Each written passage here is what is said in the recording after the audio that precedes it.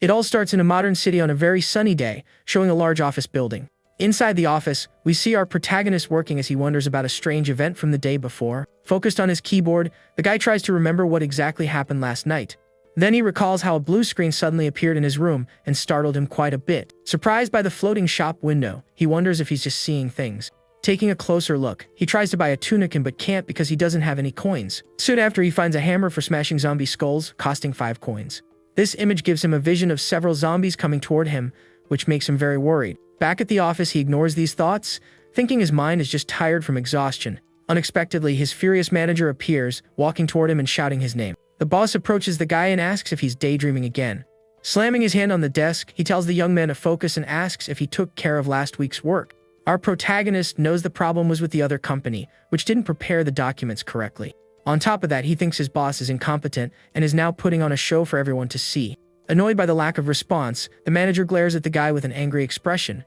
Then he yells and asks if the employee is going to keep responding to him like that. Suddenly, a female voice calls for the manager, making him change his expression instantly. A beautiful coworker offers him a drink and tells him to cheer up. Instantly, the man's angry face turns into a goofy smile upon seeing the woman. Grabbing her hand, he invites her to dinner after work, completely forgetting about the argument. The manager keeps hitting on the woman, saying it would be a waste for her to go home looking so pretty. With an awkward smile, she declines the invitation, saying she already has other plans for today. The man accepts and says they can have a drink another time, while the woman politely agrees. As soon as the boss walks away, the woman sighs in relief, glad to be out of the awkward situation. Seeing this, our protagonist thanks her for her help, and she turns to him with a slight smile. Looking at the sky, the guy can only think about how much he'd like to go home right now. Outside, he gets angry at his boss, thinking that if it weren't for his colleague, he'd still be in there. Smoking on the rooftop, he laments not being able to leave the company, as finding a new job would be difficult. Thinking about the help he received, he decides he'll buy the woman a coffee later. Just then, Shauna herself appears on the rooftop and finds him there alone. Surprised, he asks what brings her up there since she doesn't even smoke. The woman explains that she came up to escape the annoying manager for a bit. She says a client disappeared, and now the boss is taking it out on everyone and still asking her out. Suddenly, she feels a chill and comments that the day is a bit cold, leaving the guy confused. The woman insists it's not normal and shows her goosebumps, even though she's wearing long sleeves. He laughs and says she must be sensitive to the cold, but she pulls out her phone to prove her point. Then she shows him a social media post showing snow in Africa. The protagonist is shocked by the news and wonders if it's even real. She agrees it's strange, and at that moment, both of their phones start vibrating with an alert. It was a cold wave warning in the middle of summer, and right after, another emergency notification arrives. They read the alert, which warns of a sudden cold wave and a sharp drop in temperature. They both think it must be a mistake, as a cold wave warning in June makes no sense at all. Suddenly, a small snowflake gently falls onto the protagonist's outstretched hand. His colleague complains about the cold while he stares at the snow in his hand, completely shocked. They both look up at the sky and are surprised to realize it's actually snowing in the middle of summer. By nightfall, the once sunny city is now completely covered in snow. Back in the office, the guy drinks something warm and thinks the world has finally gone crazy. Feeling it getting even colder, he decides to pack his things and head home right away. When he gets to the elevator, he sees the panel shows the 6th floor, so he calls it to go down. However, the elevator doesn't move, and he presses the button again, wondering if it's broken. Suddenly, a blast of icy wind hits him, making him hug himself and complain about the cold. With the status window in his head, he decides to take the stairs to leave quickly. As he goes down the steps, he keeps grumbling about the cold and the crazy weather. Nearing his floor, he hears the sound of the elevator doors closing behind him. Turning around, he sees the doors are open and wonders if the elevator wasn't broken after all. The doors keep opening and closing on their own, and he finds the silence of the place strange. Suddenly, all the lights go out and the hallway is plunged into darkness, making him very nervous. Finding the situation dangerous, he decides to forget his things and just get out of there as fast as possible. Soon after, he hears a weird sound of scraping metal coming from inside the office. It gives him the chills, and he decides he needs to grab his things and run out of that place.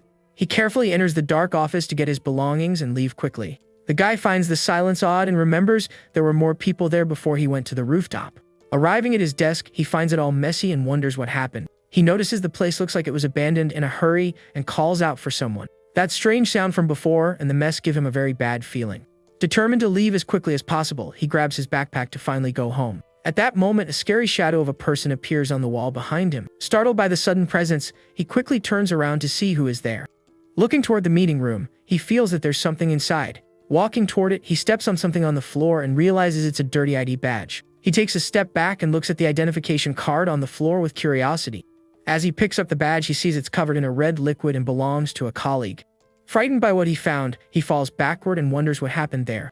Desperate, he starts crawling away from the meeting room in great fear. His eyes widen in terror as he stares intently at the room's door. Very cautiously, he peeks through the blinds to try and see what's happening in there. Inside the dark room, he can only see a pair of glowing red eyes shining brightly. The creature inside is crouched on the floor and seems to be feeding on something. Completely terrified by the scene, he can't believe what he's seeing. The creature lifts its head, revealing a mouth full of a red liquid and sharp teeth.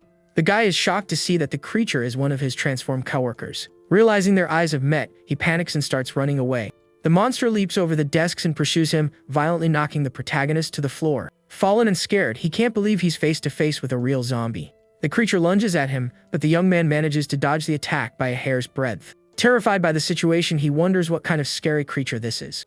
Looking for a way out, he glances around and quickly grabs a chair to defend himself. With all his strength, he lifts the chair high and prepares to attack the monster. In an act of desperation, he hits the zombie's head with the chair in a powerful blow. The impact sends the creature flying, and the guy takes this chance to run away. Running for his life, he feels adrenaline and fear take over his body. To his despair, the monster gets up quickly and starts chasing him again, even faster. Seeing a nearby door, he runs to it and slams it shut to protect himself from the creature. The zombie starts pounding on the door violently, trying to break it down to get him. Using his full weight, the protagonist struggles to keep the door closed. Hearing the frightening sounds from the other side, he's completely frozen with fear. Suddenly, the noise stops, and he sees the zombie slowly walking away down the dark hallway. With trembling hands, he continues to hold the door, still in disbelief about what just happened. Relieved, he slides down the wall and sits on the floor, trying to catch his breath. Still in shock, he stammers to himself that it was definitely a zombie. His phone vibrates, showing an emergency alert about a virus spreading through the city. Confused by the news about rabies, he runs a hand through his hair and complains about the whole situation. He remembers the creature he saw and is sure that it was a zombie, not rabies. Sitting on the floor, he picks up his phone to search for news and understand what's happening. Browsing a forum, he sees several reports of people being attacked and the world ending. Realizing the chaos, he wonders if this is related to yesterday's status window. The guy searches for information about the window but finds no results and dismisses the idea. Suddenly, his phone screen starts to glitch, and the image becomes completely distorted. He looks at the device, not understanding what's happening to his phone's screen. Soon after, a message appears on the screen informing him that the connection has been lost. Desperate with the lack of communication, he wonders what he should do now. Putting his hands on his face, he realizes he's in a very difficult situation. Shivering from the cold, he feels his teeth chattering and complains about the low temperature of the place. Huddled on the stairs, he fears he'll freeze before the zombies even get him. Standing up, the young man decides he needs to hold on until a rescue team shows up. Checking his phone, he notices the battery is at 83% and should last for 2 days. With a determined look, he looks up and prepares to explore the building. Using his phone's flashlight to light the way, he starts climbing the stairs. Reaching the 7th floor, he sees that it houses the building's construction team. He enters the empty floor, hoping to find clothes or food to survive. He starts searching through the drawers, hoping to find something useful for his situation. In one of the drawers, he finds a clean, neatly folded dress shirt that he can wear. After changing his clothes, he feels much better and warmer to continue exploring. Now his focus is on finding food, so he continues to search the floor's cabinets. With a smile on his face, he celebrates finding a backpack full of supplies. Inside the backpack, he finds food, water, and even a blanket to keep warm. He thanks the bag's unknown owner and puts it on his shoulders, ready for whatever comes next. With his supplies secured, he now needs to find a weapon to defend himself. Approaching a door, he is surprised to find a set of golf clubs. With an ironic smile, he realizes his boss's golf clubs might come in handy. He hangs his bag and the clubs on the staircase and prepares to wait out the night. Wrapped in the blanket, he wonders if the food will last for 3 days and if rescue will arrive. Looking out the window, he sees the snow falling outside and worries about his situation. The streets are in chaos, with cars exploding and hordes of zombies everywhere. The blizzard is so strong that he knows it will be difficult for a rescue helicopter to arrive. Worried, he sits on the floor and wonders what he'll do if rescue takes a week. The cold gets worse and worse, and he huddles in the blanket, trying to stay warm. Suddenly, the status window he had seen before reappears in front of him. He remembers that the shop had winter clothes and thinks they would be very useful now. Looking at the items in the shop, he wonders how on earth he can get coins. Focused on the blue screen, he tries to figure out a way to get coins to buy the items. With no clues, he lowers his head and tries to think of a solution to this problem.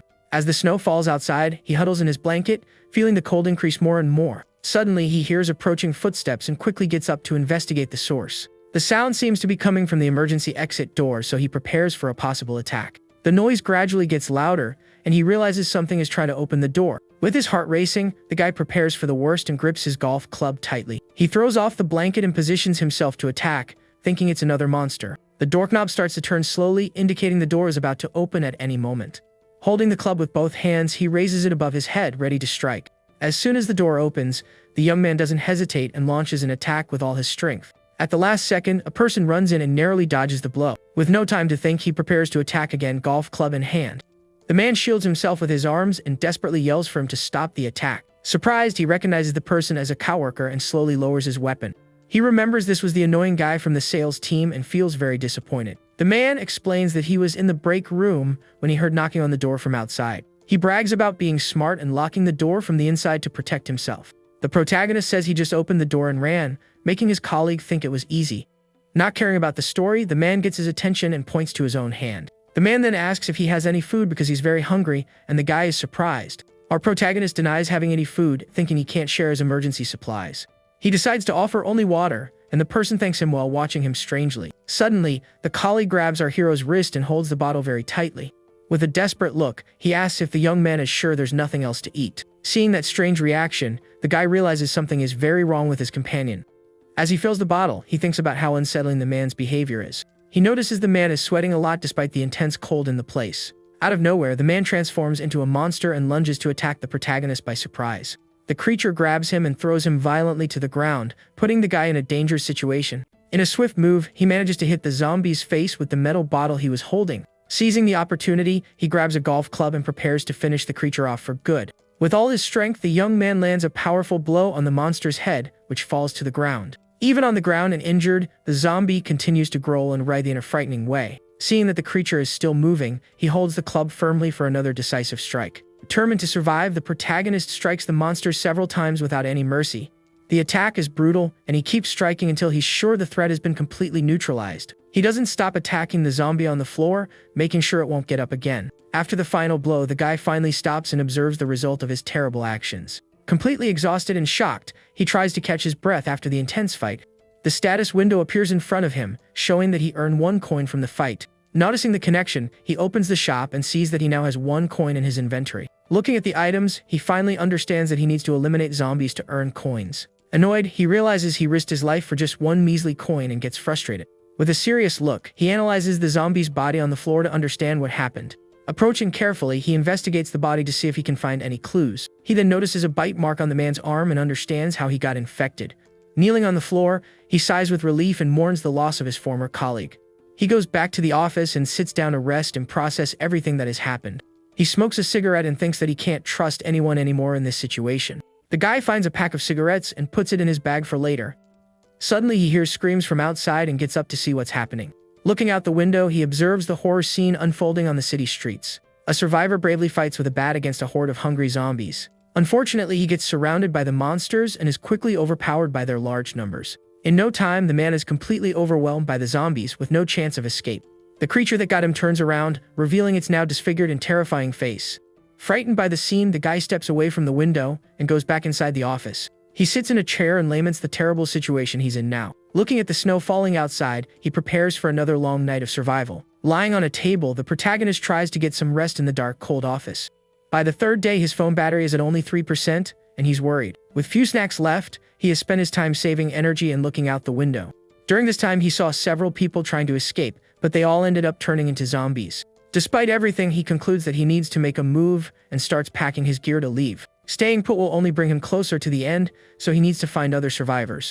With his backpack and weapons, he sets out, determined to find someone to team up with and get out of there. His first goal is the 6th floor, to check if the entrance is really blocked as they said. Walking down the hall, he suddenly notices something unexpected and stops in surprise. With a glimmer in his eyes, he sees a light and is filled with hope as he realizes what it means.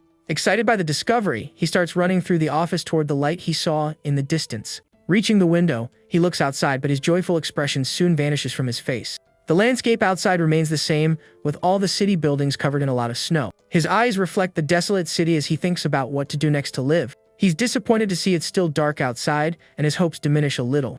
However, the lights came on, so he concludes that someone must have turned on the emergency generator. This confirms his suspicions, and now he's sure there's another survivor in the building. Knowing the lights could go out at any moment, he needs to act very quickly. He needs to find the other survivor before the power runs out and everything goes dark again. The guy figures the person is on the 1st floor and starts heading down the stairs carefully. To avoid making noise, he takes off his shoes and carefully ties them around his neck. He descends the stairs silently, thinking this is better than attracting hungry zombies. Arriving on the 6th floor, he approaches the door to check the situation on the other side. Very cautiously, he peeks through the crack in the door to take a quick look down the hallway. He sees the entrance is blocked by heavy equipment, exactly as he had imagined. Excited by this discovery, he believes there might be more survivors than he thought. The emergency exit sign shows the way to the 2nd and 1st floors of the building. He approaches the lobby door and imagines there must be a lot of zombies nearby. Taking a deep breath, he slowly turns the doorknob and prepares for what he'll find. Peeking through the gap in the door, he hopes not to find any creatures on the other side. Unfortunately for him, the lobby is completely infested with zombies, and the situation is very dangerous. The creatures are everywhere, and he realizes that getting out of the building will be an impossible task. Surprised by the number, he sees an entire horde of zombies wandering around the 1st floor. Relieved, he closes the door and realizes the zombies from outside haven't managed to get in yet. He hears the creatures banging on the glass door and fears it could break at any moment. With no time to waste, he runs down the hall to find the other survivor as fast as he can. Reaching the management office, he finds the door open and enters cautiously. Inside, he finds a frozen man and recognizes him as the building's security guard. The guy remembers how the guard would take off his clothes due to severe hypothermia. With respect, he closes the deceased's eyes and says goodbye to the man he saw every morning. With his golf club in hand, he bids farewell to the security guard and wishes him to rest in peace. With no time to lose, he returns to the hallway and continues his search for the other survivor. The only place left is the security room, so he's sure someone is in there. He approaches the door and imagines there might be traps to protect against intruders. With a determined look, he realizes he needs to show that he's not a zombie or a threat. Outside, a zombie converts bizarrely while making scary sounds in the hallway. Another monster approaches and starts screaming loudly, attracting the attention of other creatures. Knowing they have good hearing, he knocks on the door to get the attention of whoever is inside. With his breath held, he prepares to open the door very carefully and attentively. As the door creaks open, he's surprised by a quick and unexpected attack from inside the room. An improvised spear comes toward him, but he manages to block the blow with his golf club. Surprised by the attack, he recognizes the sound of the spear and understands what's happening. The other survivor also seems shocked to see that he attacked a human and not a monster. In the distance, a zombie hears the noise of the fight and starts moving toward the security room. The man backs away from the door and prepares to attack again if he needs to defend himself. In a swift move, our hero manages to disarm the guy and pin him to the floor. He disarms the guy and throws him to the floor to show he's not a threat to him. Taking advantage of the distraction, the protagonist manages to push the other guy into the room and closes the door. He quickly locks the door to ensure the zombies can't get inside the place. Now safe, the two survivors face each other, ready to find out who the other is. The man asks if he's human, and our hero confirms it as they both eye each other suspiciously.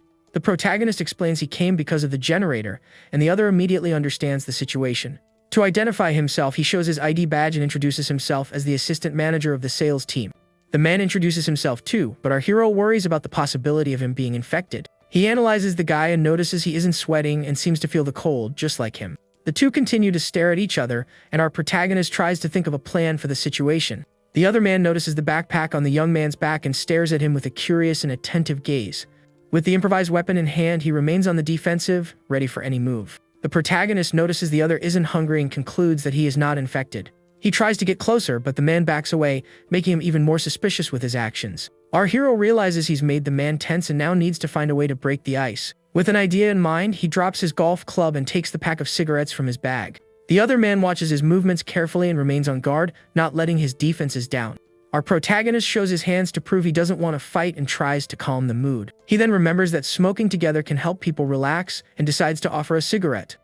The other man looks at the cigarette and then at the guy with a doubtful expression on his face. He takes out the pack of cigarettes and extends it to the man as a gesture of friendship and trust. With a smile, he offers a cigarette and hopes the other will accept so they can talk. The man accepts the cigarette and looks at him with a serious but now slightly more relaxed expression. Still holding his weapon, he seems calmer, and the two can finally understand each other.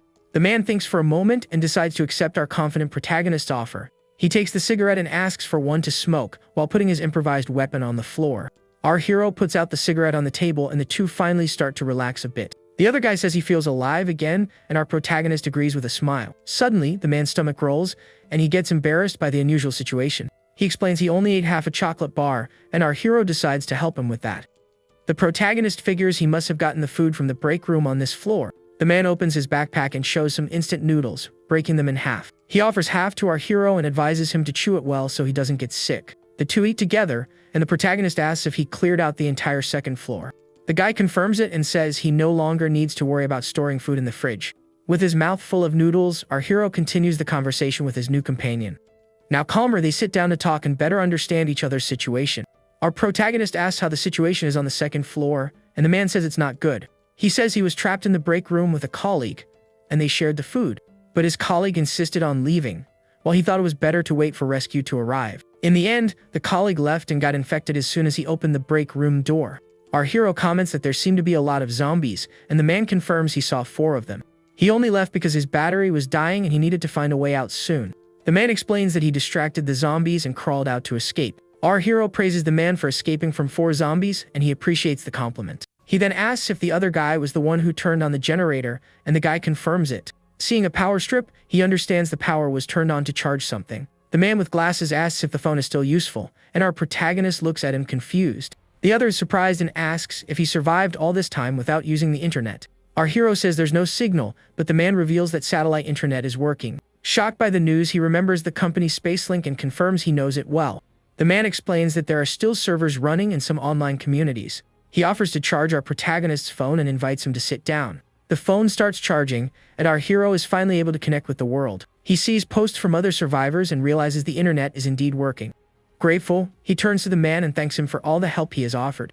The two remain silent for a while and observe their surroundings with great attention and calm. Suddenly, the light starts to flicker, and they look up, worried about the situation. The man with glasses warns that the emergency generator is about to run out of power. He then asks what our protagonist plans to do next and looks at him seriously. The guy says he's going to stay there, and our hero realizes he wants him to leave.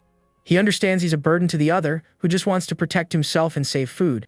Our protagonist agrees that they aren't ideal partners at the moment. With a determined look, the two face each other and decide it's best for each to go their own way. Our hero decides to leave because he knows he would be an obstacle for the other survivor. The man with glasses understands the decision and agrees to the 2 survivors separating. Before leaving, the man takes something from his backpack and turns to our protagonist. He offers a flashlight and a portable charger as a farewell gift to the guy. Surprised and grateful, our hero accepts the items, knowing they will be very useful. In return, he offers a lighter, and the man thanks him for the unexpected gift. The two say their goodbyes, and our protagonist prepares to go on his way alone. With a smile, he turns and waves goodbye to the other survivor with a friendly gesture. The man wishes him good luck, and the two part ways, hoping to meet again. Our hero says goodbye and hopes they see each other again, alive and well, in the future. He hurries to leave before the power goes out and everything in the building goes dark again. Looking at the lobby door, he sees the zombies are still trying to get into the place. With his golf club in hand, he prepares to explore the rest of the building alone. He goes down the stairs and decides to head to the basement to get the company car and escape. The parking lot is full of cars, and he realizes he can use one of them to get away. However, he wonders if leaving now is the best choice or a hasty decision. For now, he decides to go back up and gather more information before trying to flee the building. He climbs the stairs, determined to explore and find a safe way out of the place. Suddenly, the lights go out and the hallway is plunged into total darkness again. Calmly, he takes out the flashlight he received and prepares to continue his journey in the dark. With the flashlight in hand, he illuminates the dark hallway and gets ready to go up the stairs. He moves slowly and carefully, knowing the zombies might have moved to a different spot. Going up the stairs, he passes the 4th and 5th floors with great attention and caution. As the flashlight lights his way, he hears a strange noise from above and stops. He realizes there's someone on the floor above, and the probability of it being a zombie is high. With the golf club in hand, he prepares to face whatever is up there. Determined to survive, he decides to move forward and break any obstacle in his path. He leaves his bag and flashlight on the floor, so he can fight with more freedom and agility. Suddenly, a zombie appears at the top of the stairs and starts coming down toward him slowly. Relieved, he notices the monster has its back to him and he might be able to slip by unnoticed. Silently, he climbs the steps, taking the chance to pass by the creature without being seen. However, the zombie turns and attacks him by surprise with a quick and unexpected blow. The creature attacks him fiercely, but he manages to defend himself from the blow with his golf club. Startled by the sudden attack, he prepares to fight back and fight for his life. The zombie leaps at him, but our hero hits it with the club, sending it flying. With a direct hit, he strikes the monster's head with all his strength and determination. The impact sends the creature flying into the wall with a loud and frightening sound. The zombie screams in pain, but our protagonist doesn't stop and prepares for the final blow. With a battle cry, he attacks the monster with another powerful and definitive strike. The zombie falls to the floor, and our hero finally manages to neutralize the threat and breathe. With the zombie's body on the floor, he can finally breathe a sigh of relief and rest. With his heart racing, he wonders if the fight is finally over and if he's safe. Unfortunately for him, the zombie starts to move again, and he realizes it's not over yet. He strikes the creature one more time with all his strength to finally finish it. After the blow, the status window appears, and he earns one more coin for winning the fight. The blue screen shatters, and he realizes the head of the golf club has also broken. He picks up the broken piece and decides to keep it, as it might be useful in another situation. With the flashlight in hand, he investigates the body and wonders where that zombie came from. He checks the rooftop door and sees it's closed, so the monster must have come from somewhere else. Worried, he realizes the 7th floor may no longer be a safe place to stay. He returns to the office and checks if the area is still secure and free of any threats. Relieved, he takes a deep breath and prepares to rest a bit after the intense fight. He drinks some water to calm down and thinks about the speed of the zombie he just faced. The creature was much faster than a normal human and seemed like a wild animal attacking. He realizes that if there had been 2 zombies, he would have perished, and he needs to find allies soon. He grabs his phone and decides to check the internet for more information about the zombies. In the survivors gallery, he sees hundreds of posts from people all over the country. He reads accounts of the temperature dropping and the difficulty of finding safe drinking water. Unfortunately, there isn't much new information about the zombies and their weaknesses right now. He summarizes what he knows, remembering they are sensitive to sound and have poor sight and smell. He knows he can only stop them by destroying their heads and that a bite is fatal. Frustrated, he realizes the internet is just full of people asking for rescue and no real help. This leads him to a terrible conclusion, and he realizes the government has collapsed. Devastated, he understands that no one is coming to save him and that he's on his own now. Suddenly, he sneezes and feels his body shivering with cold and weakness in the office. On the 5th day of survival, he realizes he's about to catch a cold. He knows that getting sick now means the end, and he needs to find a solution quickly. To warm up, he starts doing exercises and generating heat with his own body. His stomach rumbles with hunger, and he decides to eat a chocolate bar to replenish his energy. He eats the entire bar because he knows he needs calories to survive the cold. After eating, he prepares to go out in search of more food and essential supplies. He decides to leave his shoes behind to make less noise and not attract zombies. He remembers there's still food in the development team's break room. The problem is that the zombie colleague has the backpack, and there are more monsters around. He hides and observes the dark office infested with hungry zombies. He notices the zombie colleague is still wandering around the office with the backpack on. Our hero knows the only way is to eliminate the zombies one by one and get the backpack. He watches the monsters moving and plans a strategy to attack without being noticed. The first zombie is near the door, and he prepares to attack the monster by surprise. He approaches carefully and gets ready for the first confrontation in the dark office. He counts the zombies and realizes there's one more somewhere in the office. Confused, he wonders where the last zombie is and if it hasn't transformed. He needs tools to fight but knows there's an unknown zombie nearby. With the flashlight, he peeks through the door's window and sees the break room is empty. He enters carefully prepared for any surprise attack from a monster. The room is dark and he uses the flashlight to search for supplies and tools. With a smile, he sees the supplies are still there and he can take what he needs. Suddenly, he hears approaching footsteps and quickly hides so he won't be seen. With a determined look, he prepares to put his plan into action and lure the zombies. He uses a cup to make noise and get the attention of the creatures on the other side. The cup falls to the floor, and the sound attracts a zombie that approaches to investigate the source. The creature gets closer, and our hero prepares to attack the monster by surprise. The zombie enters the room, and our protagonist attacks it with a quick and precise blow. He strikes the monster's head hard and neutralizes it before it can react. With a smile, he celebrates his victory and prepares for the next step of his plan. Suddenly, he hears more zombies approaching and sees them trying to break down the door. The creatures pound on the door violently, and our hero needs to act fast to escape. He looks in the mirror and sees the reflection of the zombies trying to get into the break room. He locks the door and celebrates that his plan worked exactly as he imagined.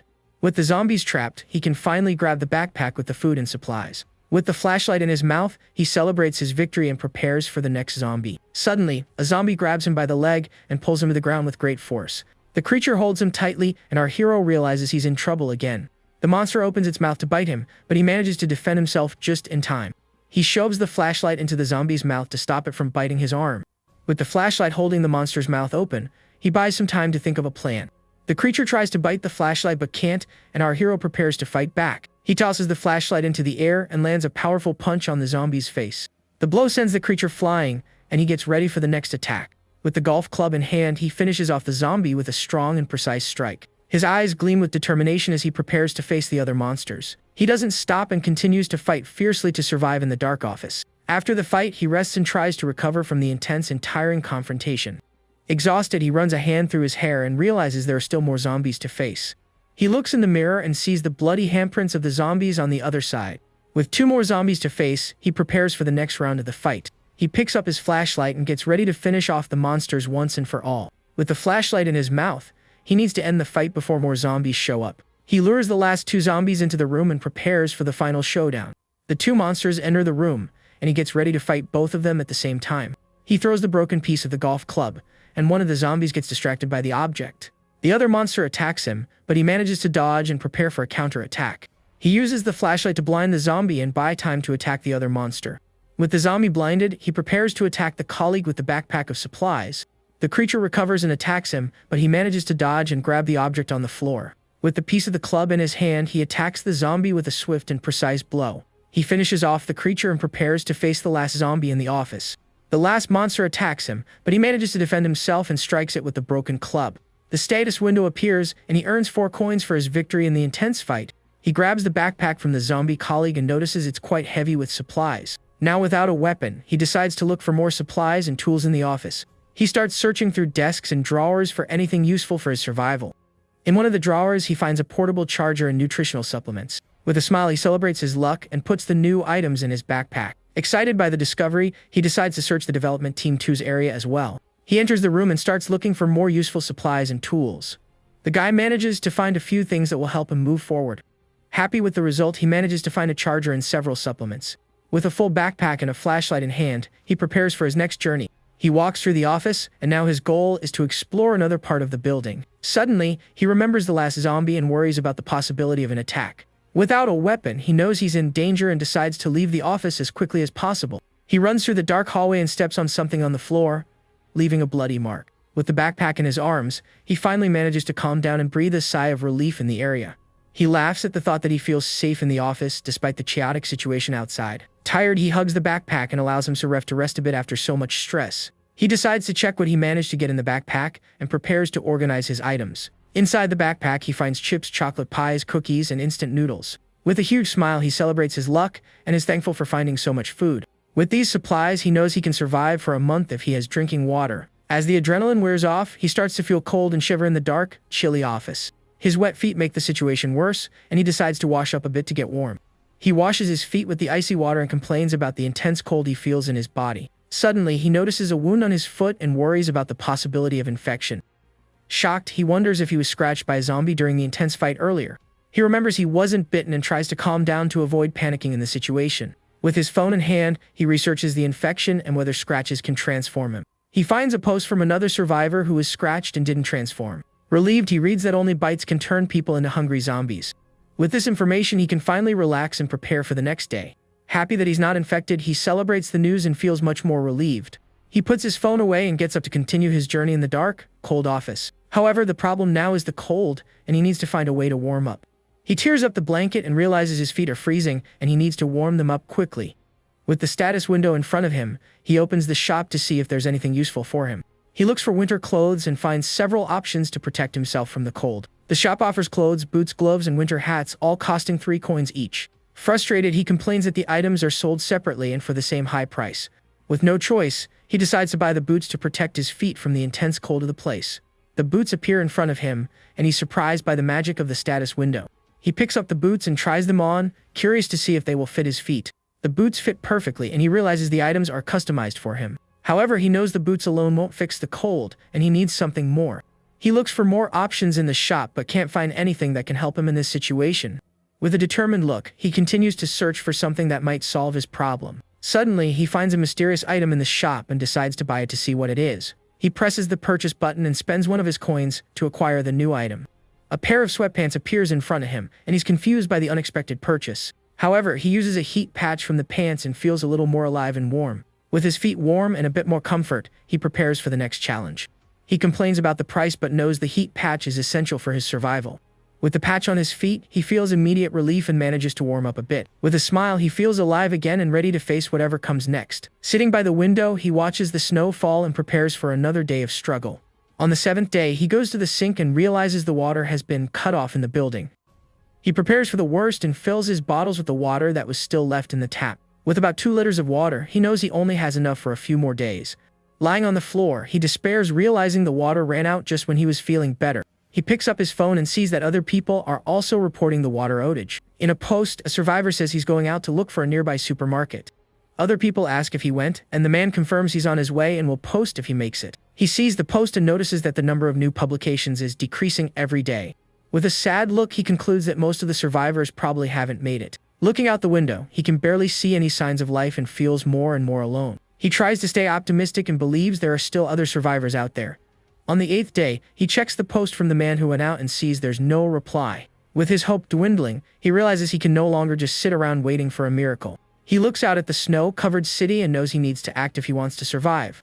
With a determined look, he gets up and prepares to go out in search of a way forward. With limited food and water, he knows he can't wait any longer and needs to risk it all. He knows that going out alone is a death sentence and needs to find an ally to survive.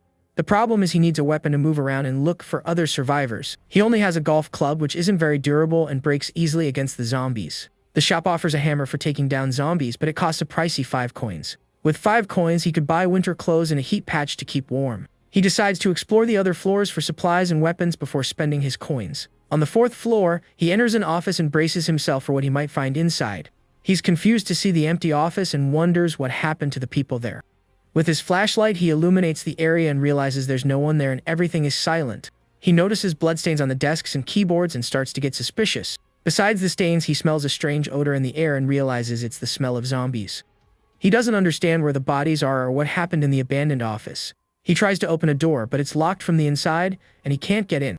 Surprised, he wonders if someone is hiding in there but doesn't hear any noise. Suspicious, he prepares to break down the door and find out what's on the other side. With his golf club, he strikes the doorknob hard and manages to break the lock. He announces that he's coming in and prepares to face whatever is inside. With a strong kick, he opens the door and enters the dark room with his club in hand. The door opens, and he finally gets into the room to investigate the mystery. He sees several cabinets and drawers and gets ready to search for supplies and clues. Shocked, he turns around and sees a pile of zombie bodies in the corner of the dark room. He counts at least 10 bodies and wonders who is able to eliminate so many monsters. With a curious look, he wonders if there was someone that strong in his company. He realizes the place has been searched and that there's nothing useful left for him. Frustrated, he realizes that someone has already cleared the floor and taken all the supplies. He wonders who was so thorough as to take everything from the abandoned office. He finds a mug and notices there's a note left by the other survivor. The note explains that the survivor cleared the floor and piled the bodies in the room. He reads that the other survivor left his shirt and warns him to avoid the 5th floor. The note reveals that the man is heading to the west coast to stay safe from the zombies. He regrets having missed the chance to find an ally by just one day. The survivor identifies himself as a colleague from the accounting team and former special forces. On the back of the note, he finds a PS that mentions a gift left in the drawer. Excited, he opens the drawer and finds 2 coffee packets as a farewell gift. With an ironic smile, he realizes the gift isn't that useful but appreciates the gesture. On the 10th day, he eats a chocolate bar and rereads the note from the other survivor. He remembers the warning to avoid the 5th floor and becomes curious about what's there. He goes up the stairs and decides he needs to find out what's happening on that floor.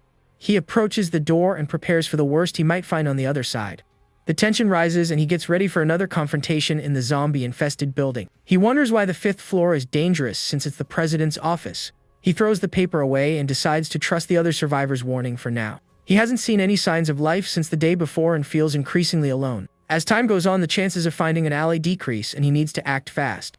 He doesn't want to miss another chance and decides to look for survivors on the other floors. Looking at the blinds, he wonders how many floors he'll have to check to find someone. Suddenly, a light flashes in the building across the street, and he realizes it might be a signal. He runs to the window and sees someone in the other building sending him a light signal. With a hopeful smile, he realizes he has finally found another survivor.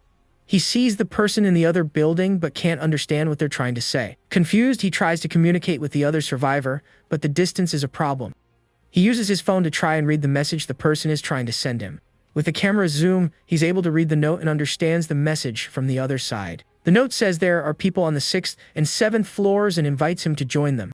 Excited, he celebrates finding more survivors and gets ready to head over there. With his golf club in hand, he prepares for another journey in the infested building.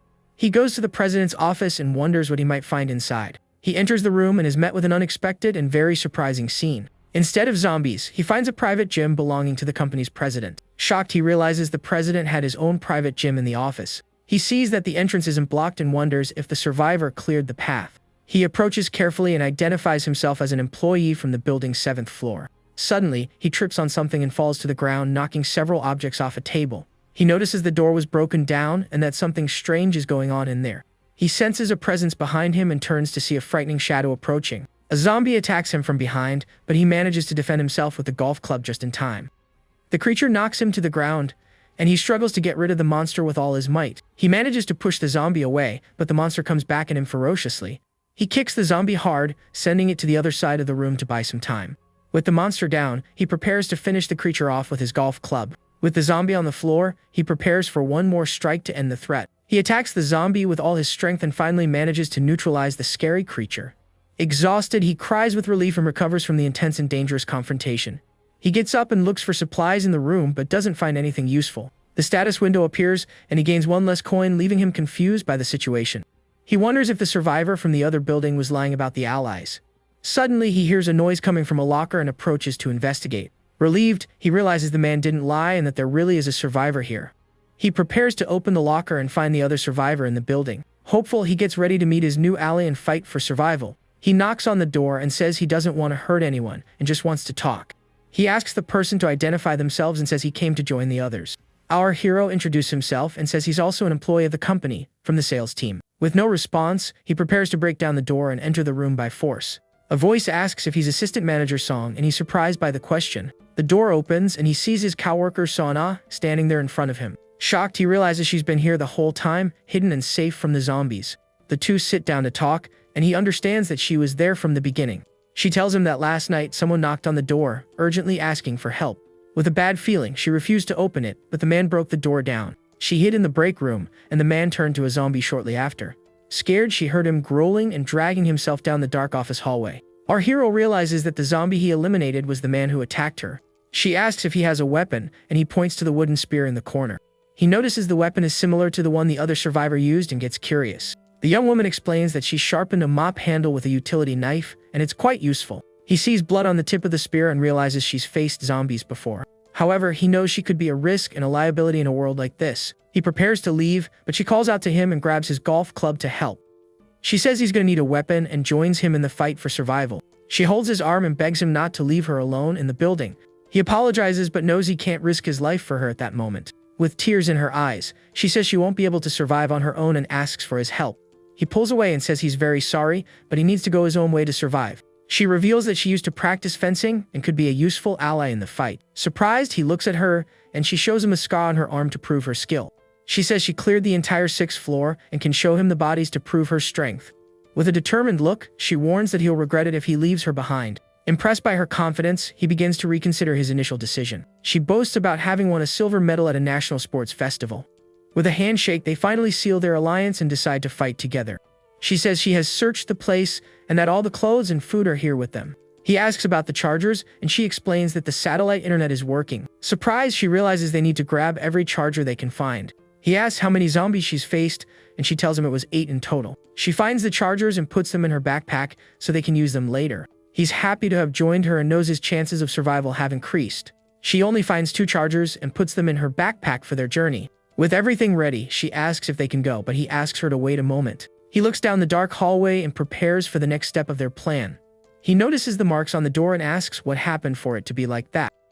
She explains that the man who broke down the door tried to crush it with a desk. He realizes the marks aren't from a desk and goes to investigate the area carefully. On the desk, he finds a caliper and is surprised by the unexpected discovery.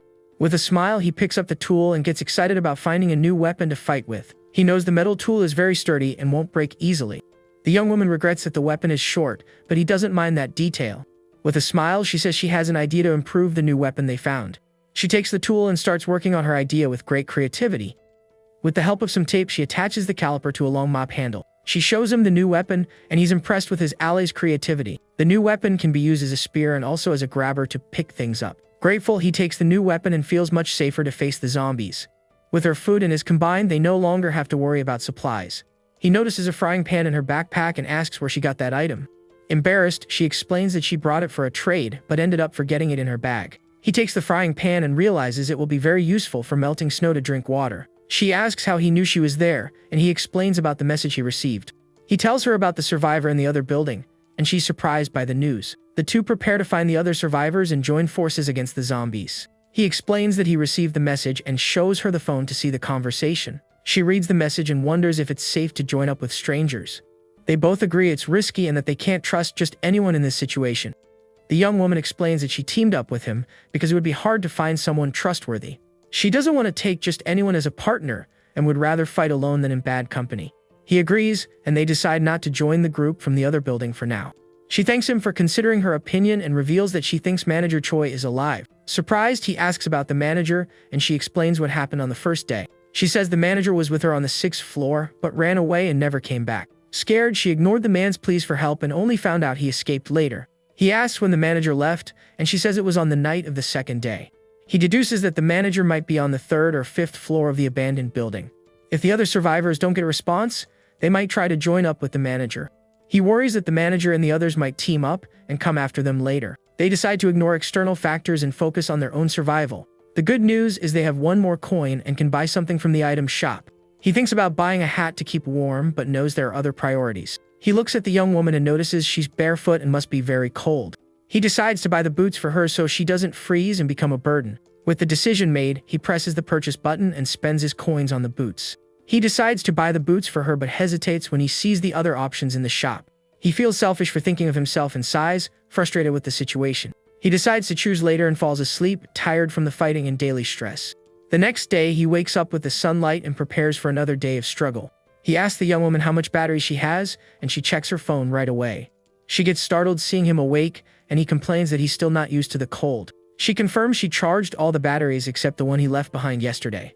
Her phone is at 22% battery, and they need to conserve power. She remembers there's a solar generator on the rooftop and asks if he's checked it. Surprised, he asks if there's something like that in the building, and she confirms it. She explains she was in charge of the project, and the generator was installed on the rooftop. The project was cancelled due to a malfunction, but the generator is still up there. She doesn't know the details, but the malfunction wasn't an equipment safety issue. He asks if she knows how to operate the generator, and she confirms she can get it running. Excited by the news, he decides to go to the rooftop to check the solar generator. They open the rooftop door with difficulty because of the snow piled up outside. With great effort, they manage to open the door and step out onto the snow-covered rooftop. Exhausted, they complain about how hard it is to open a simple door with so much snow. Looking at the top of the building, he asks if the generator is really up there. She confirms it, and the two get ready to climb up and try to turn on the solar generator. He finds the temporary ladder and gets ready to climb to the top of the building. He tries to pull the ladder, but it's frozen and won't come down at all. They decide to climb, and he asks if she can make it to the rooftop. The young woman offers to go up if he helps her reach the top safely. He agrees and gets ready to give her a boost so she can get on the roof. With his hands on her feet, he prepares to boost her and helps her up. With a jump, she manages to reach the top and holds on so she doesn't fall. She celebrates her success and gets ready to look for the solar generator on the roof. He watches and notices that she is very agile and moves lightly and with ease. She looks for the generator and finds it covered in snow in the corner of the roof. With a smile, she confirms she found the generator and prepares to take it apart. She says she'll disassemble it and toss the pieces down for him to catch on the terrace. She throws the first panel, and he manages to catch it successfully and without any trouble. The second panel comes right after, and he catches it just as easily as the first. The last panel is the heaviest, and he struggles to catch it without dropping it. With all the panels on the ground, they prepare to install the solar generator. Exhausted, they complain about the hard work, but feel relieved to have succeeded. She says the installation is complete, and they finally have a power source. She regrets that the snow will hinder its efficiency, and he worries about the clouds. With the generator installed, they hope the power will be enough for them to survive. She remembers that with strong sun, the generator used to charge to 50% in half a day. With the weak sun, they hope the generator can manage to charge at least a little. The next day, they check the phone and brace themselves for a disappointing result. The phone only charged 8% in an entire day, and they are frustrated. Disappointed, they realize that all of yesterday's effort wasn't worth much. She laments the situation, and he knows they can't do anything without the sun to help. Despite the disappointment, he says there's a new hope and a new idea for them. He knows where they should go after leaving the office to survive. He reveals that their destination is the company warehouse to get supplies. She agrees with the idea, and the two of them prepare for the journey to the warehouse. The problem is how to get there, and he worries about the GPS and the phone's battery. She surprises him by saying it's no problem and she knows exactly how to get there. Confused, he stares at her, and she reveals that the warehouse is near her house. She used to walk her dog around there and knows the way by heart. Relieved, he celebrates their luck and is thankful to have her as an ally on the journey. He realizes it was a good decision to team up with her and that she's a great partner. He calls her name and prepares to ask his ally an important question. She turns around and looks at him curiously, waiting to hear what he has to say. He asks what her shoe size is, and she's confused by the question. With the information, he gets ready to buy the boots for her from the item shop. He lies and says he saw the boots and thought of getting them for her if they fit. She smiles and says she's a size 230 and thanks him for the kind gesture. Relieved, he sees that she's happy and she offers to go with him. He says he'll go alone and asks her to wait there while he gets the boots. She tries on the boots and they fit her feet perfectly, like a glove. Suddenly, the status window appears and informs him that a party has been formed between them. He discovers that any coin she earns will automatically become his now. He realizes that having more members in the party is a huge advantage for survival. The young woman thanks him for the boots, and he concludes that he can increase the number of members. She asks about the status window, and he wonders if there are other functions. She calls his name, and he realizes he got distracted by the new system discovery. She worries about him, and he says he's just a little dizzy from not eating well. He notices she can't see the window and concludes that only he can see the system. The two decide to eat something to feel better and plan their next move. On the 14th day, the water runs out, and he feels very thirsty and weak. He agrees they need to melt snow and prepares for the difficult task. The young woman says she'll get papers and documents to help start the fire. They decide to make the fire on the terrace so they don't cause a fire inside the building. On the terrace, he worries that the smoke might attract looters hiding nearby. He knows that looters are dangerous and travel in groups, committing crimes. He lights the fire with the lighter and gets ready to melt the snow and drink water. The fire catches, and they watch the flames with hope and relief in their eyes.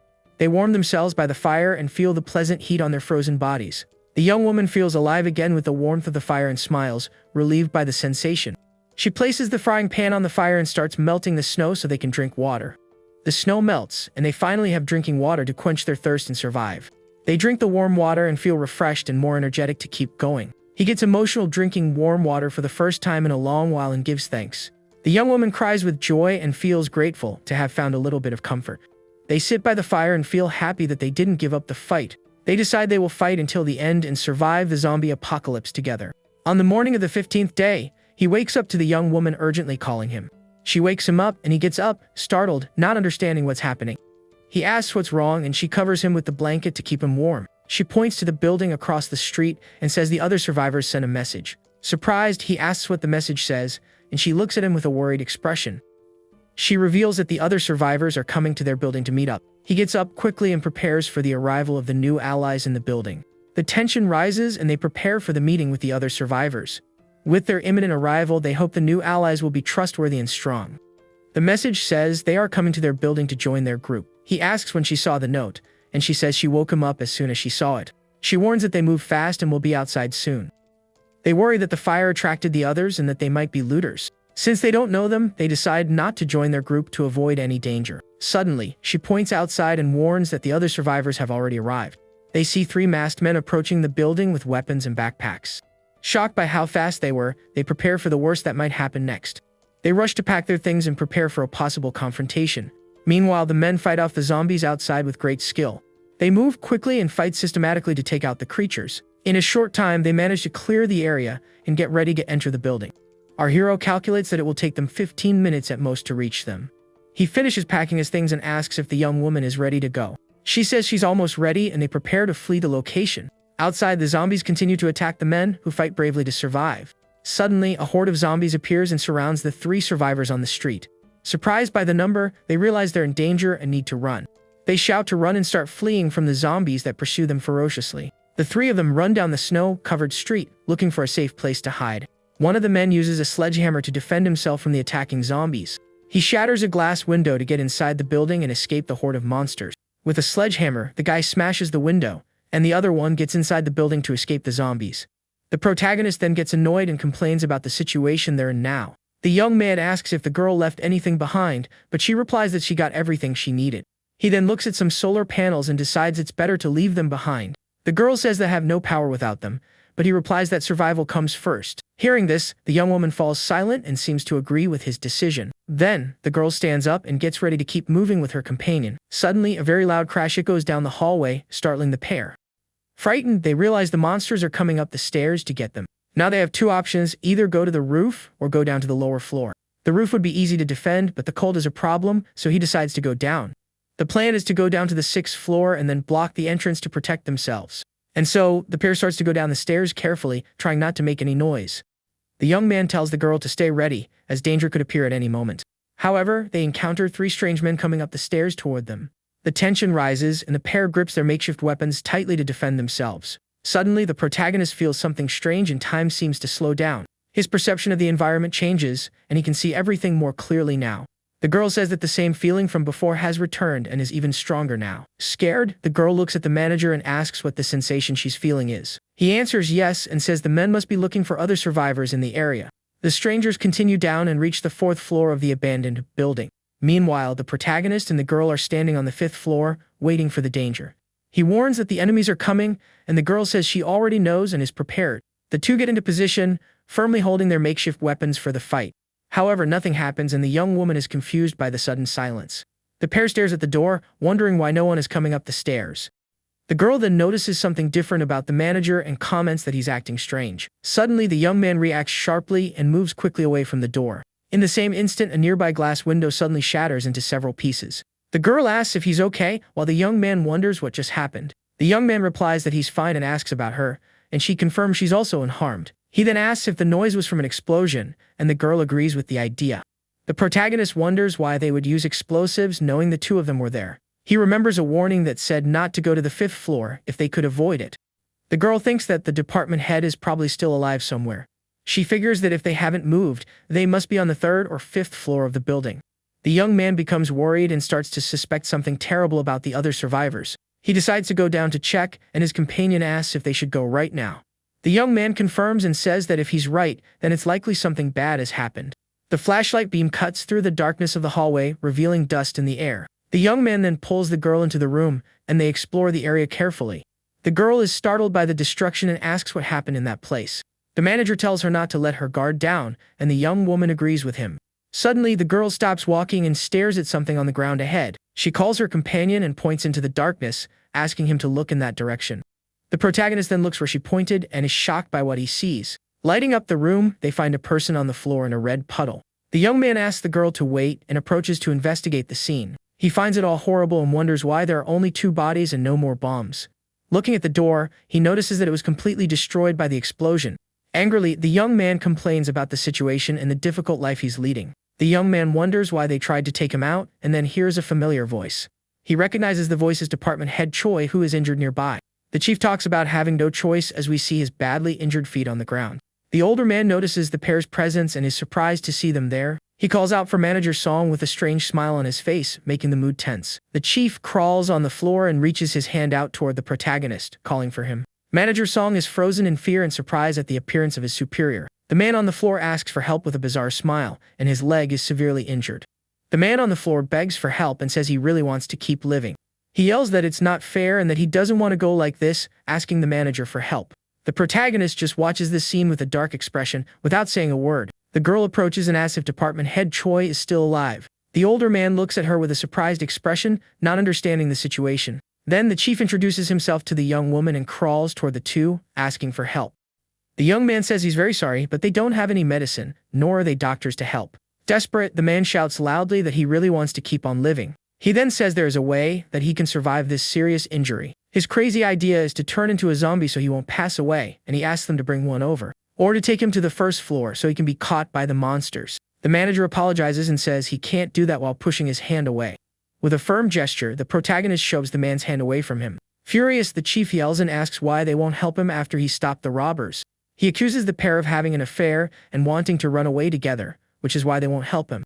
The man then threatens to take everyone with him and reveals he still has 1 bomb left. He reaches out to grab something, but the manager yells at him in anger. The girl then realizes the other men were indeed looters and not friends.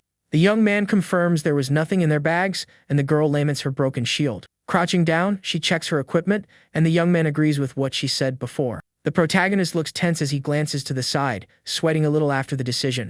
The girl on the floor looks up while the young man stands near her in the hallway. He says the chief would have passed away anyway, and the girl is confused by his statement. The young man explains that he would have passed on from blood loss, and that this just lessened his suffering. He tells her not to feel guilty, and the girl stares at him with a sad look. The girl asks about turning into a zombie, but he says the end result would be the same.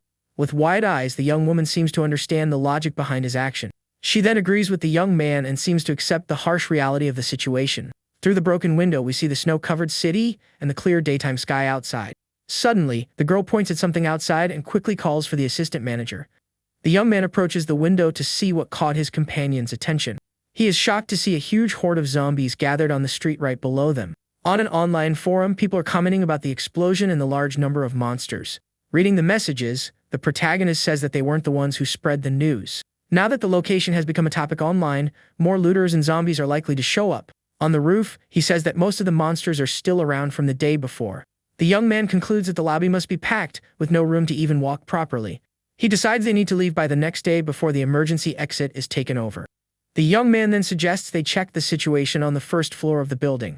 The girl, with a headlamp on, leads the way down the dark stairs of the building. Suddenly, the girl stops and asks him to wait, asking if he hears a noise. A loud banging sound echoes, and the young man says the noise seems to be coming from above. The two fall silent and look at each other, worried about the strange sound they heard. Peeking through a crack, he sees a frightening, blood-covered figure walking around. The young woman is terrified by the scene and covers her mouth to keep from screaming in fear. She wonders how this is possible and suggests it could be a zombified manager Choi. However, she quickly dismisses the idea as the man should already be gone. The young man then supposes that maybe one of the looters was caught and came up the stairs, but he himself finds that unlikely, as the guy would have already transformed by then. He thinks a survivor from the third floor came up, or else a monster climbed the stairs. The other possibility is that the creature got in through the broken window on the 5th floor. Seeing a zombie crawling through the window, they decide to go with the first theory for now. Then, the young man decides to go back to the first floor, and they see a horde of monsters. He knew it would be bad, but he didn't imagine this bad and says the floor is lost. The girl worries about the security room and what might have happened there. She thinks that assistant manager Choi Jae-sung would have heard everything up close. The protagonist's hand trembles slightly as he thinks about the dangerous situation. He tells his companion that leaving through the front door would be a terrible idea. The girl suggests using the underground parking garage, and he agrees with the suggestion. He says he had seen zombies there before, and now they will see how many have gathered. The girl estimates there are about 10 monsters, and the young man says that's fewer than in the lobby. She thinks the snow made people abandon their cars, and he sees many places to hide. Since it's underground, there's no wind, so if they're fast, the zombies won't smell them. The protagonist then points to a mirror and asks what the girl can see in the reflection. The young woman looks carefully and says she can see the B1 level, but the image isn't very clear. She strains to see better, but the angle of the mirror makes it a bit difficult to see. The girl reports that the number of monsters is similar, and he decides to go up to the 7th floor. Back in the office, the girl comments that it would be best to escape by car while writing down the plan. He remembers that the car was left in the cold for a long time, so the battery might be dead. The young man dismisses the car idea, and the young woman regrets they don't have bicycles for their escape. The pair then focuses on mapping out the best escape route on foot through the city map. Through the window, heavy snow is falling, and the temperature outside is -35 degrees. The pair's backpacks are already packed for their departure, which will be soon. With 5 hours to go before they leave, the girl asks why her companion isn't sleeping. Surprised, the young man asks if it was that obvious that he couldn't fall asleep. The girl replies yes, because he hasn't stopped moving and tossing from side to side. The young man falls silent and turns his face away with a serious, thoughtful expression. The girl asks if he's like this because of the person they found on the first floor. He confirms, and the young woman says he can bring them along if he wants to. The protagonist thanks her but declines, as it would put her life in danger as well. The young man says it's a shame because it was someone trustworthy, and she laments the dangerous situation outside. While they are lying down, he asks if the person can join them, and she agrees. Suddenly, the young man gets up from the table, leaving his companion a bit surprised. The young man then grabs his phone and says he's going to use it for a moment, apologizing for the brightness. With a smile, the girl agrees and allows him to use the device without any issues. He sends a message to the assistant manager, setting up a meeting at 6 in the morning. On the 17th day of survival, they prepare to leave at 5:40 in the morning. The young man checks the post and sees there are no comments, just 2 anonymous replies. Despite the lack of a response, he thinks they might be waiting and decides to go anyway. Going down the stairs, the pair passes through the floors until they reach the first level of the building. Arriving at the meeting point, they realize there's no one waiting for them there. The girl comments that it's only been 3 minutes past the time and asks if they should wait. Outside, the snow continues to fall heavily and time passes slowly for the pair. The phone's clock then shows 6:05 in the morning and no one has shown up yet. The protagonist concludes that they're not coming and that there's nothing more to do there. Suddenly, he notices a zombie that wasn't there before, and the girl confirms it wasn't. The young man decides they need to deal with that monster and stick to the original plan. The girl observes that the zombies really do wander around the same places she saw. The young man notices that some monsters just stand still, and they start to move. Crouching behind a car, he prepares to move forward as a zombie approaches. The pair look at each other for a moment and prepare for the fight against the creature. The young man then stands up from behind the car and comes face to face with the scary zombie. He drags his foot on the ground to get the monster's attention and lure it away. Hearing the noise, the creature slowly turns its head in the direction of the sound it heard. The zombie then starts walking strangely toward the noise it heard. With a growl, the monster reveals its frightening face and prepares to attack. Suddenly, the creature runs toward the protagonist with its mouth open to bite. The zombie screams desperately as it rushes toward the young man. The young man just gives a slight smile and prepares to take down the monster easily. With a precise strike, he hits the creature's head with his makeshift spear. The girl also attacks, and a notification appears saying that 1 coin has been obtained. The coin goes to the group leader, and the young man gives his partner a thumbs up. The young woman seems happy and relieved to have gotten the reward for her effort. The pair then continues walking through the parking garage, careful not to be seen. They head toward the exit of the underground parking garage of the abandoned building. Finally, they get outside and feel the intense cold of the snow-covered street everywhere. The young man says if they sleep outside, they might not survive and suggests a destination. And so, the pair starts running through the snow-covered streets, dodging cars. In the distance, they spot a lone zombie wandering aimlessly through the snow in the city. The young man comments that progress is slow, but it's better than getting caught and having to fight. Finally, they spot their destination, which is the Qianjiqian stream in the middle of the city. The young man warns them to walk carefully, as there are many monsters near the police station. With 30 meters to go, the pair can see their objective and prepares to move forward cautiously. They continue walking, and the distance to their destination shrinks to 17 meters. The protagonist stays focused on the path and thinks that everything is going well, as planned. Suddenly, a strong gust of wind starts to blow, carrying the snow and their scent with it. The young man panics because the wind will spread their scent, and the girl points in a direction. Near the police station, the zombies begin to catch the scent and become alert to the human presence. Then, one of the monsters turns its head toward the pair and realizes they are nearby. Immediately, a group of zombies starts running toward the two to attack without a second thought. The girl gets desperate and asks her companion what they can do now. He thinks that going down to the stream is not an option, as that would be the end for them. Even if the monsters can't get down properly, they could roll down and attract even more zombies. The horde on the stairs proves that the noise would attract a crowd of hungry creatures. The only way out is to get into a building, but he wonders where they could hide. Unfortunately, the places with open entrances are already full of monsters everywhere, and if they break a window to get in, the noise will attract all the zombies in the area. The girl then yells that they need to do something fast before it's too late. She points to the left and yells for him to look in that direction quickly. The young woman spots a parked bus on the left and seems to have an idea for their escape. The pair tries to open the bus door with all their strength, but it doesn't move an inch. The girl suggests breaking the window, but the young man stops her when he sees something inside the vehicle. To their surprise, the bus key is in the ignition, ready to be used. With his makeshift spear, he prepares to break the glass of the bus door. The young man grits his teeth with determination as he prepares for the final blow. Using all his strength, he manages to break the door's glass and create a way through. The girl gets on the bus first, and the young man follows her right after into the vehicle. Seeing the zombies approaching, the girl yells for the assistant manager to hurry. Once inside the bus, the protagonist tries to close the door to block the monsters from entering. He struggles to hold the door but fears the zombies will manage to get into the vehicle. Outside, a horde of zombies rapidly approaches the bus, trying to invade it. Sitting in the driver's seat, he tries to start the bus, but the vehicle doesn't respond. Realizing the door won't hold, he decides he needs to block the entrance somehow. The girl understands the plan and runs to help hold the bus door.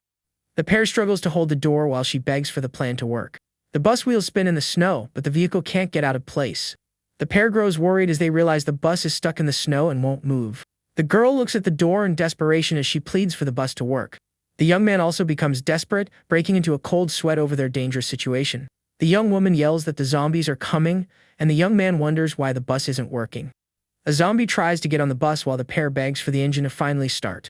The young man yells at the monster to get out and attacks it through the door with his makeshift weapon. With a strong blow, he pushes the creature away, buying them precious time to escape. The pair remains desperate and tense, trying to get the bus moving to escape. With his eyes fixed on the road, the protagonist concentrates on starting the vehicle's engine. He then stomps on the accelerator with all his might to try to get the bus to move. Suddenly, the bus lurches forward, and the girl loses her balance, falling to the floor. The young man asks if she's okay, and the girl quickly gets up, confirming that she is. He then tells her to hold on tight because the situation is still dangerous. Finally, the bus starts to move, and they manage to escape from the horde of monsters. The vehicle slides through the snow and passes a building as the sun begins to rise. Relieved, the young man continues to drive carefully so as not to lose control of the bus. He keeps his foot on the accelerator to gain distance from the zombies left behind. And so, the green bus continues on its way through the snow-covered city streets. Suddenly, he realizes the road is frozen and becomes worried about the danger.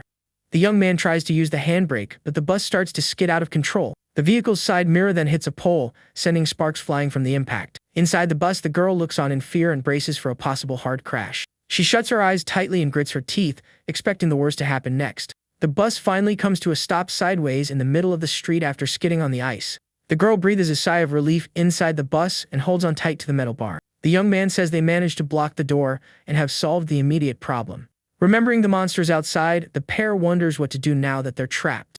The zombies continue to pound on the bus windows without stopping for a second. He comments that they need something to draw the monsters' attention away from there. The girl warns that more zombies are coming, and he fears the bus might tip over. Monster hands cover the window, and he thinks it's ridiculous to end up like this. The young man becomes desperate, wondering how they came so far only to fail now. Suddenly, a shopping cart flies out of a store and crashes hard into a car. The loud noise of the crash gets the attention of all the nearby zombies. The horde of monsters then turns and runs toward the sound, abandoning the bus. The young woman falls to the bus floor and looks back with a relieved expression on her face. She says they survived, and the young man agrees it was a very close call. The protagonist looks out the window with a thoughtful and slightly intrigued expression. The girl says some zombies stayed behind but they should fall, and he asks if she saw the location. She points to a building and says the object seems to have fallen from up there. The girl estimates the object was thrown from the second or third floor of that building. She then wonders who could have done that, and the young man says he's not sure. The young woman suggests it could be a survivor with some humanity left and becomes hopeful. Suddenly, she excitedly points at something and yells that she found something there. Looking out the window, the pair sees a person waving from a building and realize they were helped. The young man thinks it's a woman because of the hair, and she notices the person has binoculars. Surprised, he asks if it's true, and the young woman looks more closely at the mysterious figure. With the binoculars, the mysterious person observes the pair of survivors from a distance. Through the lens, she shows a phone with a thank you message written on the screen. After showing the message, the person lowers the binoculars and continues to watch the pair. The young man says the person is giving a thumbs up and that there's still humanity left. The girl agrees and says it would be sad to think all survivors are looters. He says he ate all the food before meeting her, and she is surprised by the revelation. The young woman laughs at the situation and jokes about who would have thought they'd get a frying pan. She then suggests there must be ramen at the logistics warehouse where they are heading. The young man agrees, and they decide to eat ramen as soon as they reach their final destination. Later, the protagonist wakes up and feels the intense cold inside the parked bus. The pair seems to be shivering from the cold, wrapped in blankets to get a little warm. He asks if she's okay, and the girl asks if he's awake, looking sick. The young man notices her face is pale, and suddenly he sneezes from the cold. He thinks he's not well, and that the bus didn't protect them from the cold as he had hoped. The young man says she woke up because of the cold, and she agrees but says she's fine. He holds her hand to warm it up a little and realizes how cold she is. Her lips are bluish, and he notices she's shivering a lot, but so is he. He says they need to get warm or they won't be able to move, and she suggests a fire. The young man is silent for a moment and seems to be thinking of a solution for the cold. He then gets up and decides to make a fire, but the girl asks if it will be right there. She says they could suffocate from the smoke, and he explains they need a hole. Breaking the window would make too much noise and attract the monsters into the bus. The pair then looks up at the bus ceiling and seems to have the same idea at the same time. Using their spears, they manage to make a hole in the bus ceiling for the smoke. The girl celebrates excitedly and says they managed to make the hole they needed. The young man praises the work and suggests making 3 more holes to ensure ventilation. The smoke begins to escape through the holes in the ceiling as the snow continues to fall outside. Sitting around the fire, they warm up, and he comments that the paper was useful. The girl calls the assistant manager and approaches him with something to show. She shows a post on her phone and asks what he thinks of what she found online. The post is from the person who helped them, and she asks if she can join their group. The young man decides to check and takes the phone to reply to the person's message. He then sends a message asking which building the mysterious person is in. The person replies that they are in a building with a convenience store on the 1st floor. To confirm their identity, the person asks them to state the model of the car in front. The girl looks out the window and says it's a white Sonata parked in front of the store. The person confirms the answer is correct and asks to join them on their journey. Holding the phone, he wonders what to do now with the mysterious person's request.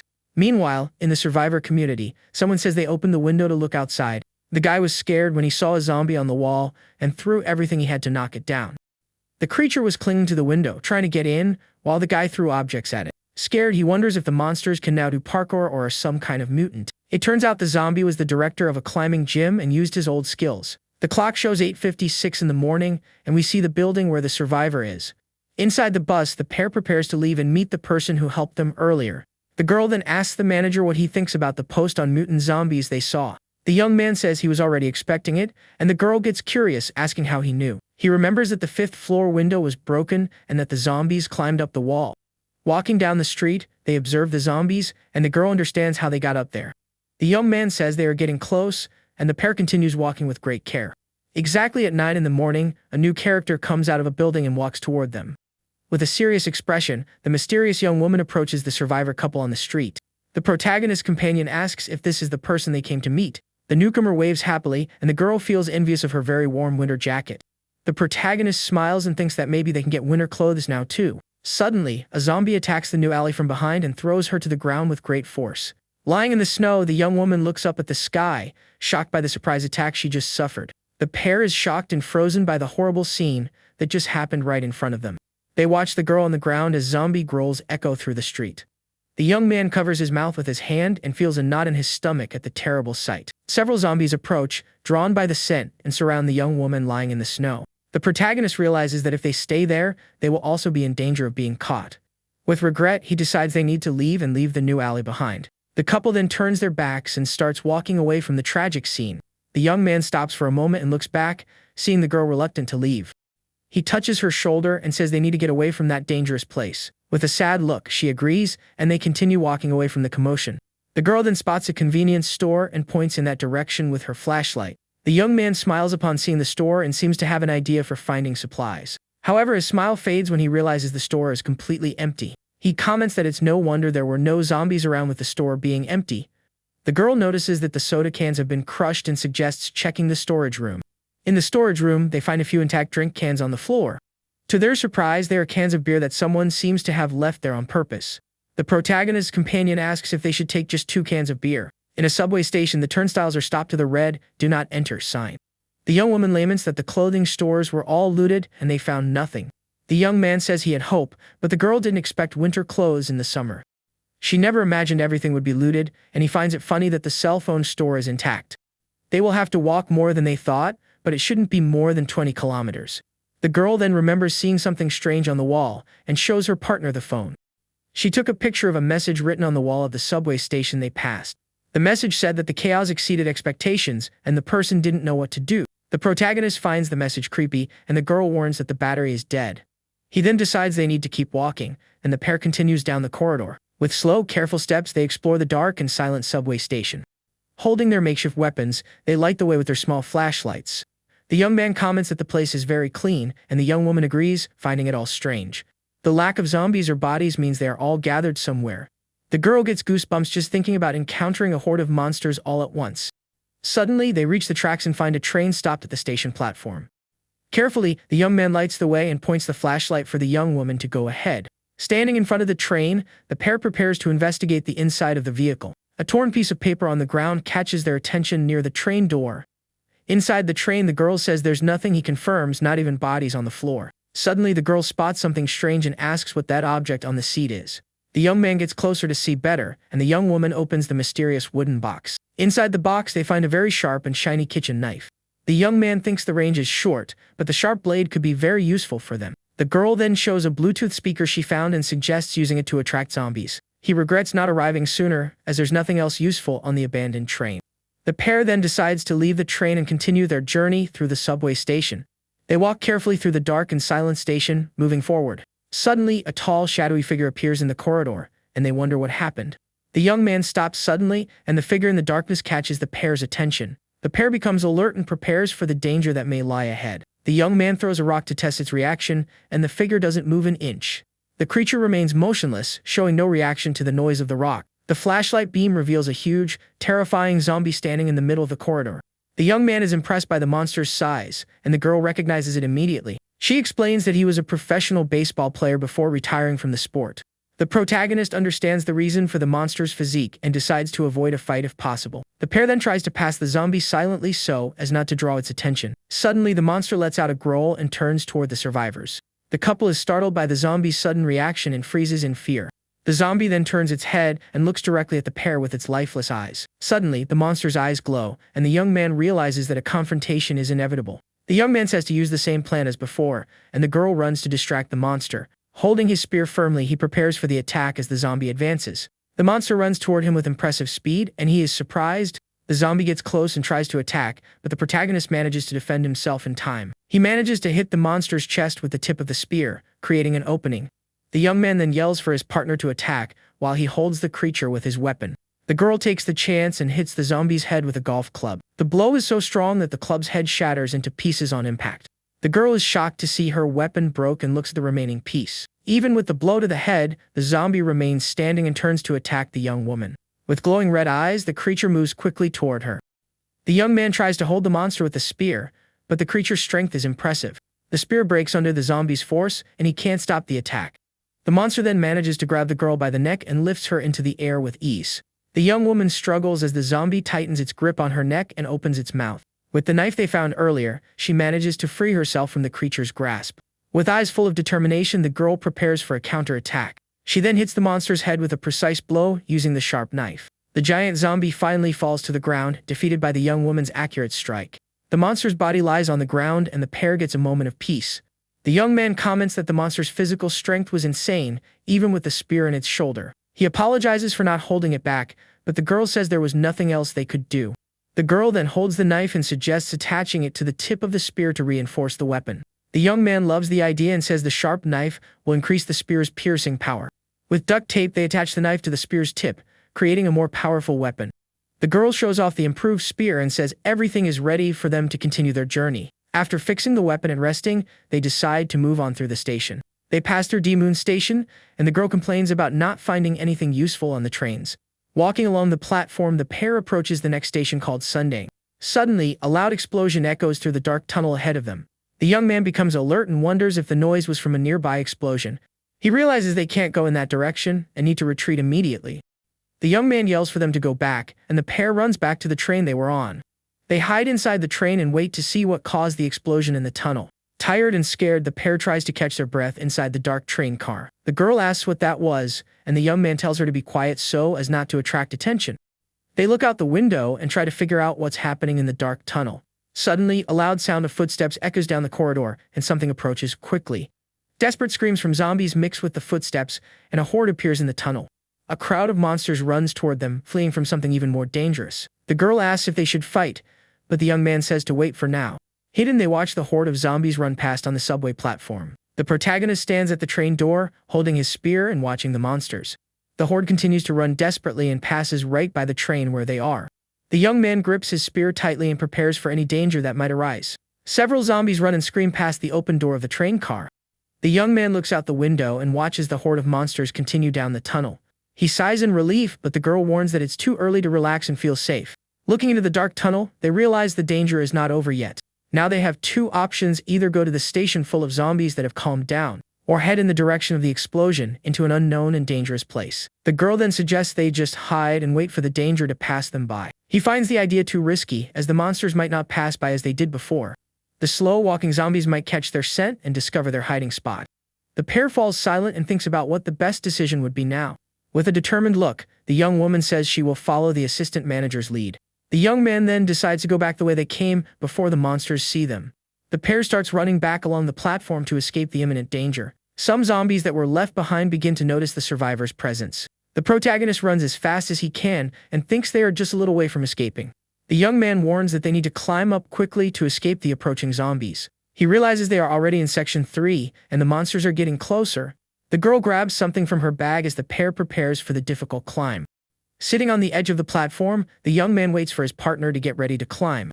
She asks where the zombies are, and he says that if they don't make any mistakes, they can escape.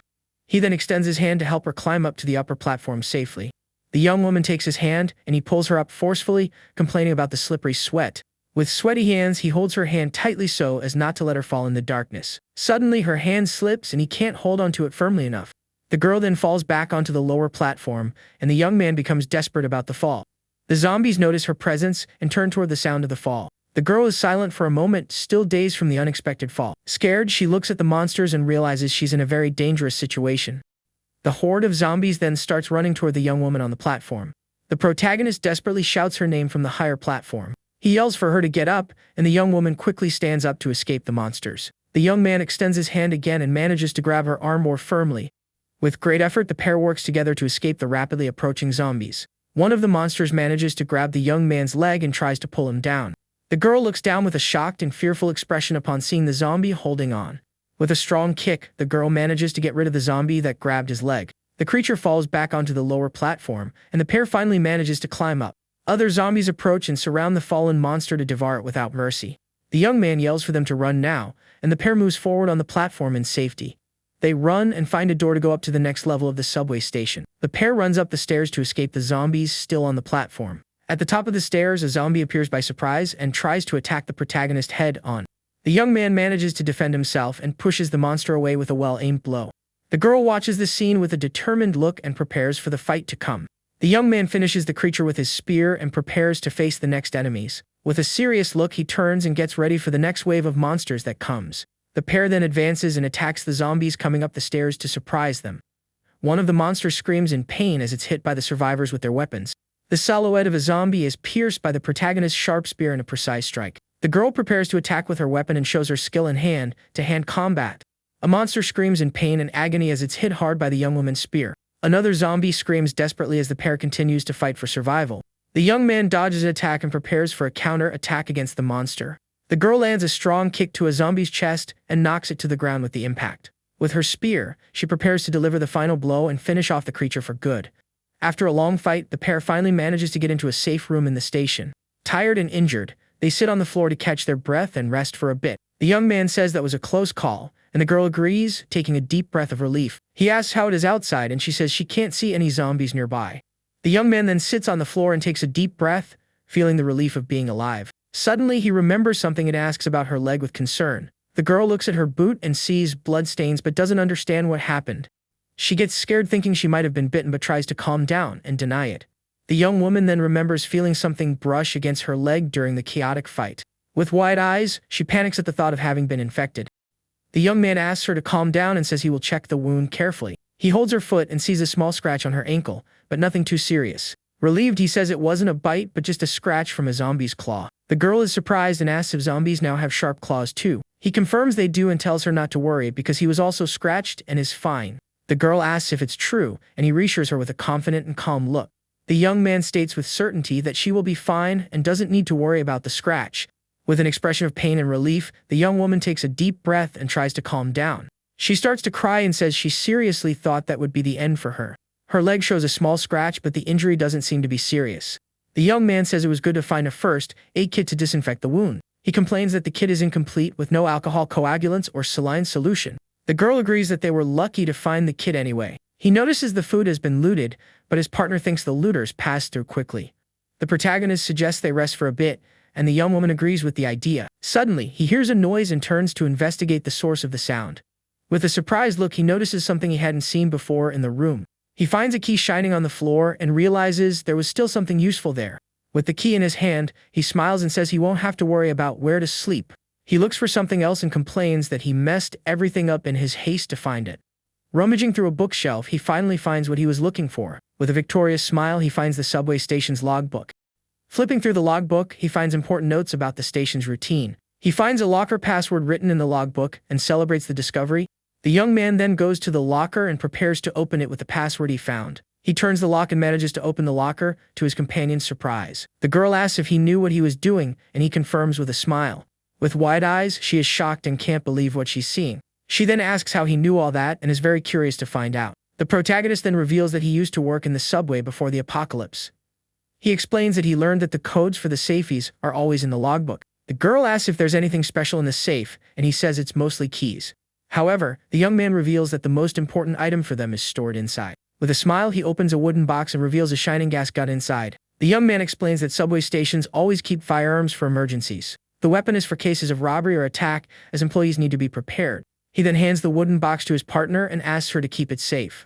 The girl refuses, saying she has never touched a gun and wouldn't be able to use it. The protagonist agrees with her point and seems to understand the young woman's hesitation. He then puts the box in his backpack and gets ready to continue their journey. The young man shows the key found earlier, and the girl asks what it's for. He hands the key to her, and the young woman takes it with a curious expression. With a confident smile, he says the key is for the station's employee room. They find the employee room, and the girl recognizes the place immediately. The young woman asks him to open the door quickly, and the young man prepares to use the key. He then puts the key in the lock and successfully opens the room's door. The pair look at each other with a smile of relief and surprise for having found a shelter.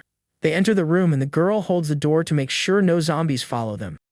Lighting up the place, the young woman realizes the room is small and worse than her old shelter. Huddled in a corner, a strange pale man is covered by a dark cloth. Scared, the pair prepares for danger while the young man holds a drink in his hand. The girl approaches the huddled man and tries to check if he's okay or a zombie. The man then lifts his head and looks at her with a vacant, lifeless gaze.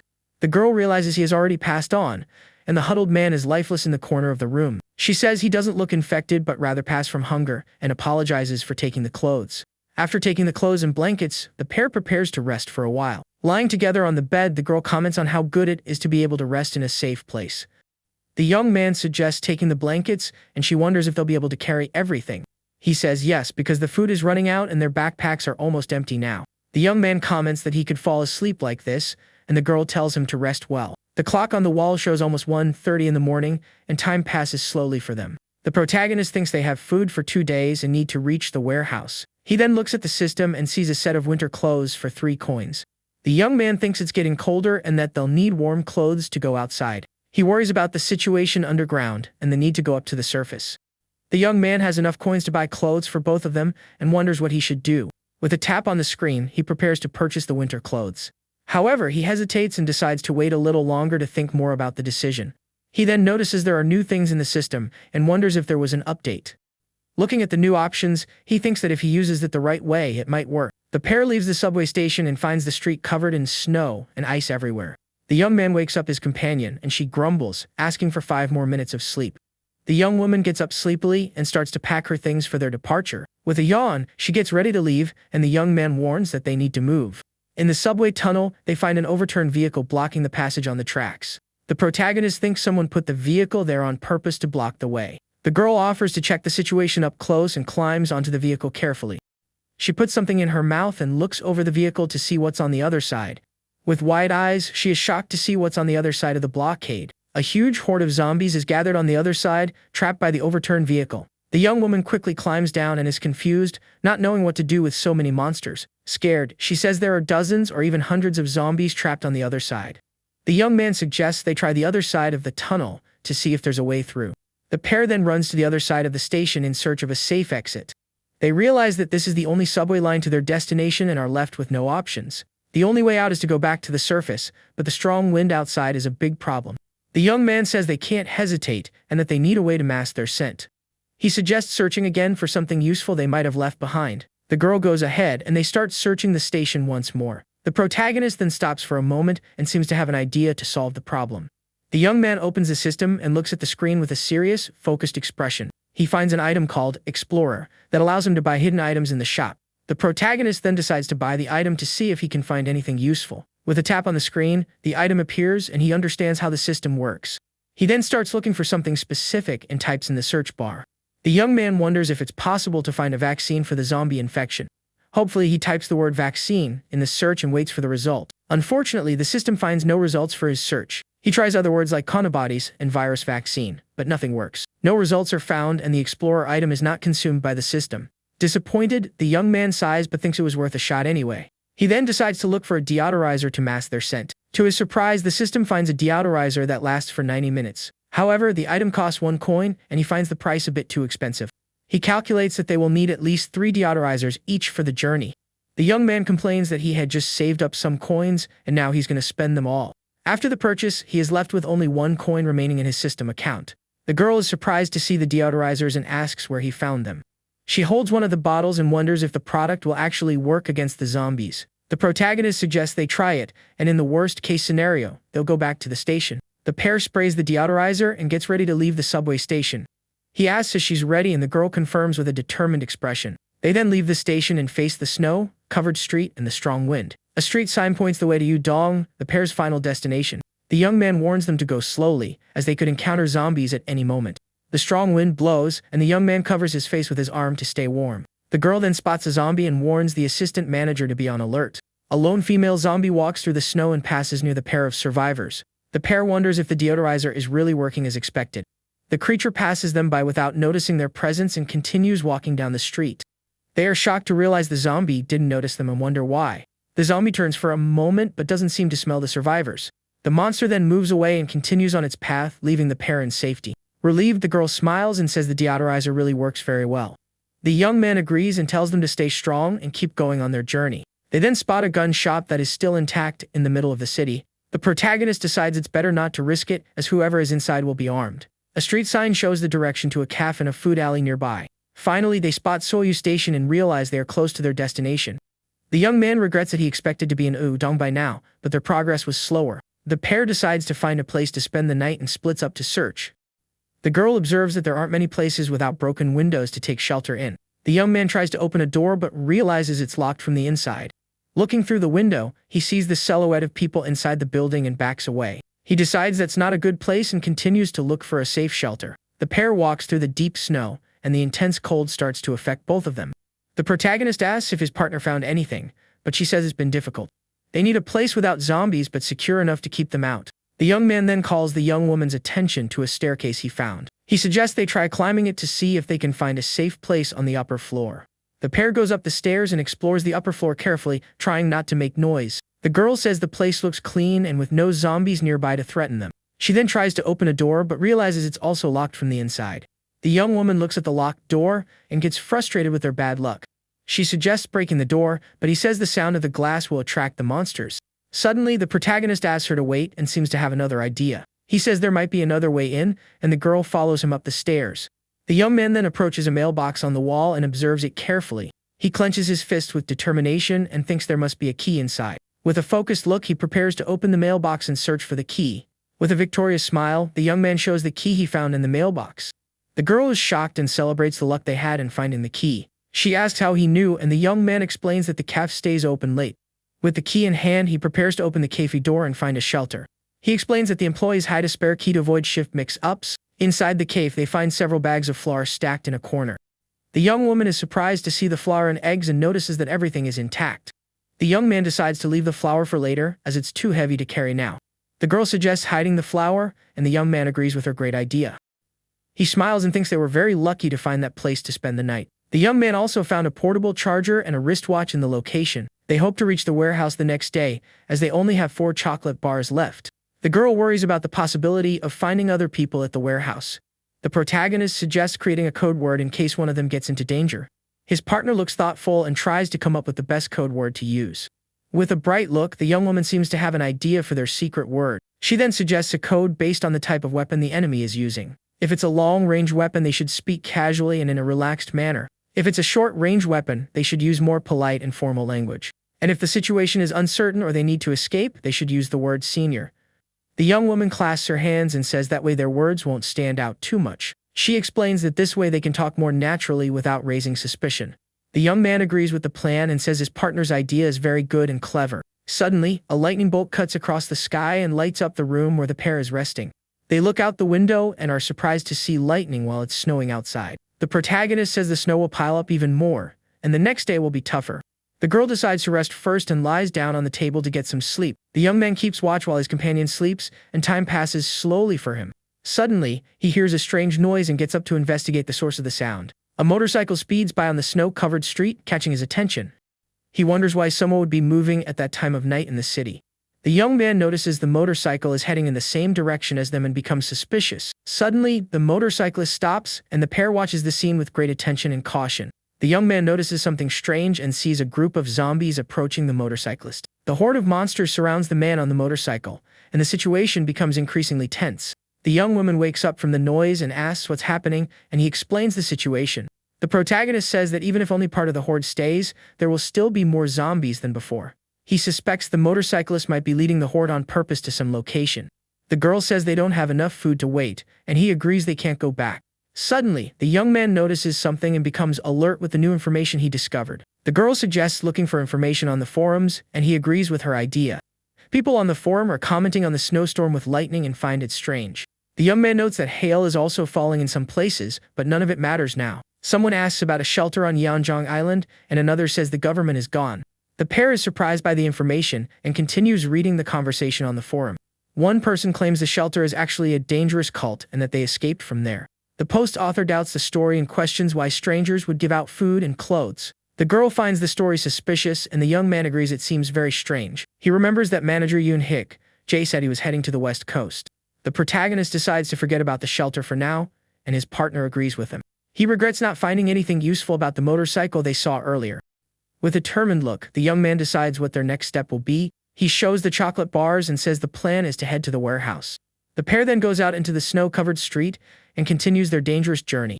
They decide to stop or turn back if they encounter a horde of zombies or something too risky. The young man says it's their last chance and that they need to move quickly from now on. Fortunately, there aren't as many zombies on the street as he thought, and the path seems clear. The girl says they must be close to their destination, but the fog is obstructing their view. The young man worries about the visibility and the effect of the repellent, which must be running out. He warns that if they encounter zombies from now on, they will have to fight to survive. Suddenly, the girl spots something in the distance and points in that direction urgently. Finally, they find the warehouse they were looking for and are relieved. The young man gets excited and says that with so many supplies, they won't have to worry. The young woman tries to open the gate but realizes it's locked and won't move. She remembers the place was open before and is confused by the change. The protagonist becomes thoughtful and suspects something strange is happening there.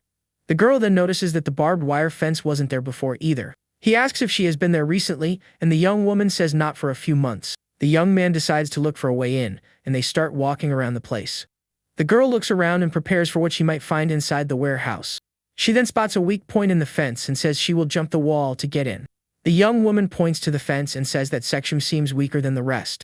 The protagonist stops her and says it's too dangerous to go in without knowing what's inside. He finds it suspicious that this is the only unprotected spot but sees no other option. The young man is silent for a moment and seems to make an important decision. The girl says the repellent has run out and they need to get in because they have no more food. The young man then agrees and decides they will take the risk and enter the warehouse. He warns her to be careful, as there might be people inside, and they might have to fight. The girl runs toward the fence, and the young man helps her jump over the wall safely. With a leap, she manages to jump the fence and get into the abandoned warehouse grounds. Once inside the warehouse, the girl looks around and says the place seems empty. The young man says he's coming down and joins her explore the warehouse grounds. With a jump, the young woman lands in the snow and prepares for what she might find.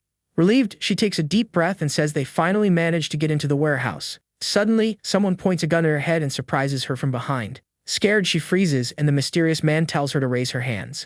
The man then searches the girl to see if she's armed or carrying anything. He says she's clean, and the young woman raises her hands, afraid of the pointed gun. The man asks about her companion, and the girl replies that he's outside.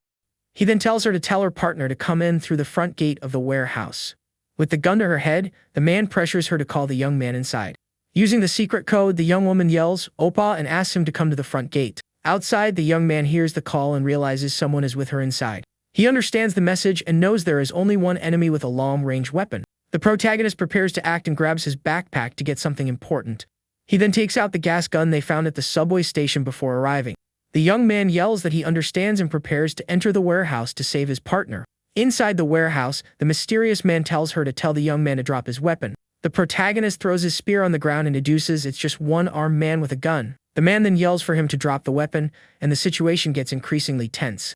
The young man throws his spear on the ground, and the mysterious man watches him from a distance. The protagonist then turns and shows he is unarmed for the captor to see. The man yells for him to move forward, and the young man obeys, walking slowly in that direction. He realizes the gas gun has a short range and needs to get closer. The young man then yells that he has already dropped his weapon, and asks the man to release his companion. The captor ignores him and prepares for what might happen next in the snow. With a swift movement, he pushes the girl and prepares for the final confrontation. The protagonist approaches slowly and waits for the right moment to use his weapon. The young woman then gives the signal and yells no, for her partner to attack the mysterious man. The young man pulls out the gas gun and fires in the direction of the captor with precision. The man is surprised to see that the protagonist also has a weapon and gets ready. He fires in the young man's direction, but the protagonist manages to protect himself from the shot. The young man feels the pain of the grazing shot but manages to stay firm in the fight. The captor also fires, but the protagonist manages to dodge the shots. The man fires into the air, and the sound of the shot echoes through the snow-covered street. Furious, the captor complains and fires several times in the direction of the young man, who protects himself. The girl takes advantage of the distraction and throws herself at the man, trying to disarm him. She manages to grab his arm and prevents him from firing at her partner again. With a strong blow, the young woman manages to disarm the man, and the gun falls into the snow. The protagonist yells for the man to let her go and points to his backpack, showing something. The young man then throws a can of repellent at the captor, distracting the guy for a moment. Suddenly, the protagonist gets punched by someone who appeared out of nowhere and falls to his knees. The girl yells for them to just take what they want and leave the two of them alone. The young man realizes with shock that the man wasn't alone and had a hidden accomplice.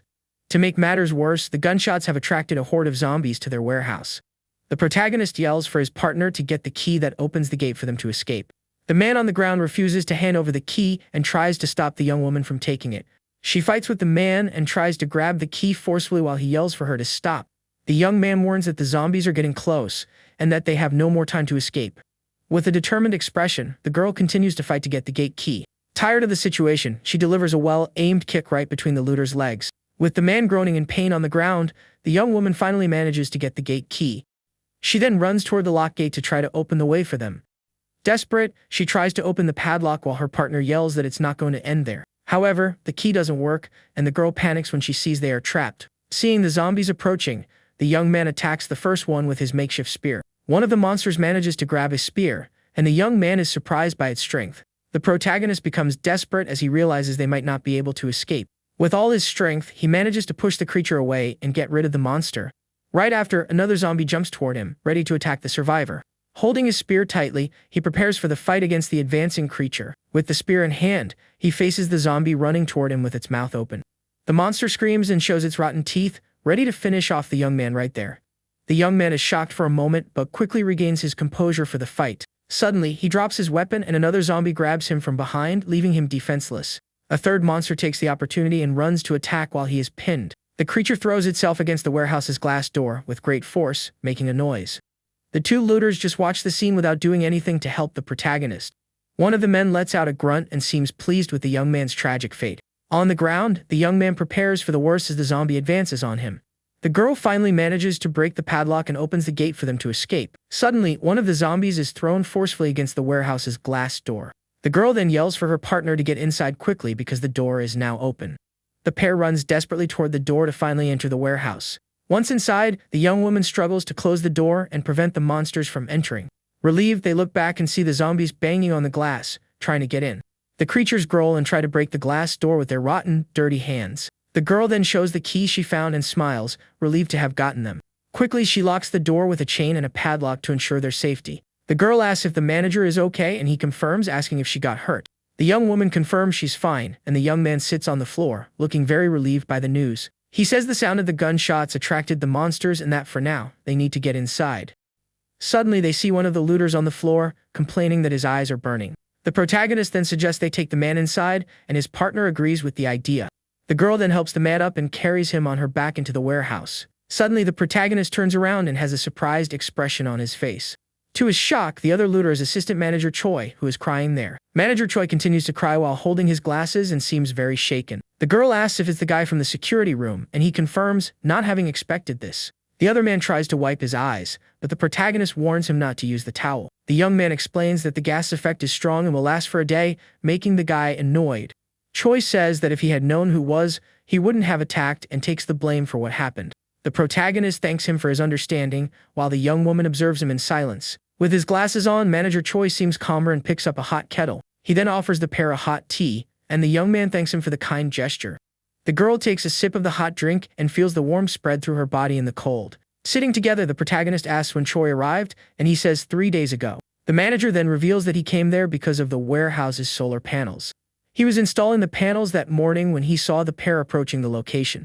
The young man remembers that his partner didn't want to leave the panels and thinks he did the right thing. The young man explains he was thinking of protecting the panels with glass and has the material for it. He then asks if Manager Choi has enough supplies to survive in the warehouse. Choi replies that he has plenty of construction materials, but that food is another story. With a serious expression, he says the food situation is a bit uncertain at the moment. The girl asks if it's because the food stock is in Section 2, and the man confirms. He explains that the roof collapsed from the snow, so he only took what he could from the area. However, the food froze and didn't spoil, so with help they can get more supplies. The protagonist then sets his mug aside and prepares to ask an important question. With a nervous look, he asks if the pair can stay at the warehouse with Manager Choi. Choi is silent for a moment and seems to consider the young survivor's proposal. He agrees and says it's better to have allies to protect the place from other invaders. The pair is very happy and relieved to know they can stay at the warehouse with the manager. To their surprise, the manager reveals he was hoping to make the same request to the pair. He then touches the back of his neck and seems a bit awkward, explaining his current situation.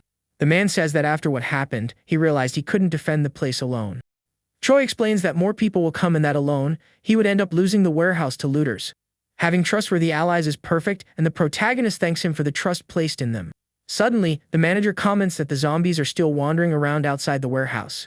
The girl is surprised because she thought the monsters would have scattered by now. The manager then turns to the young man and asks how he got the gas gun he used. The young man says he took the gun from a police officer who took his own life to avoid becoming a zombie. The manager explains he took the gun to defend himself but ended up using it too quickly. Then he puts the gun away and asks the young man if there are any bullets left for the firearm.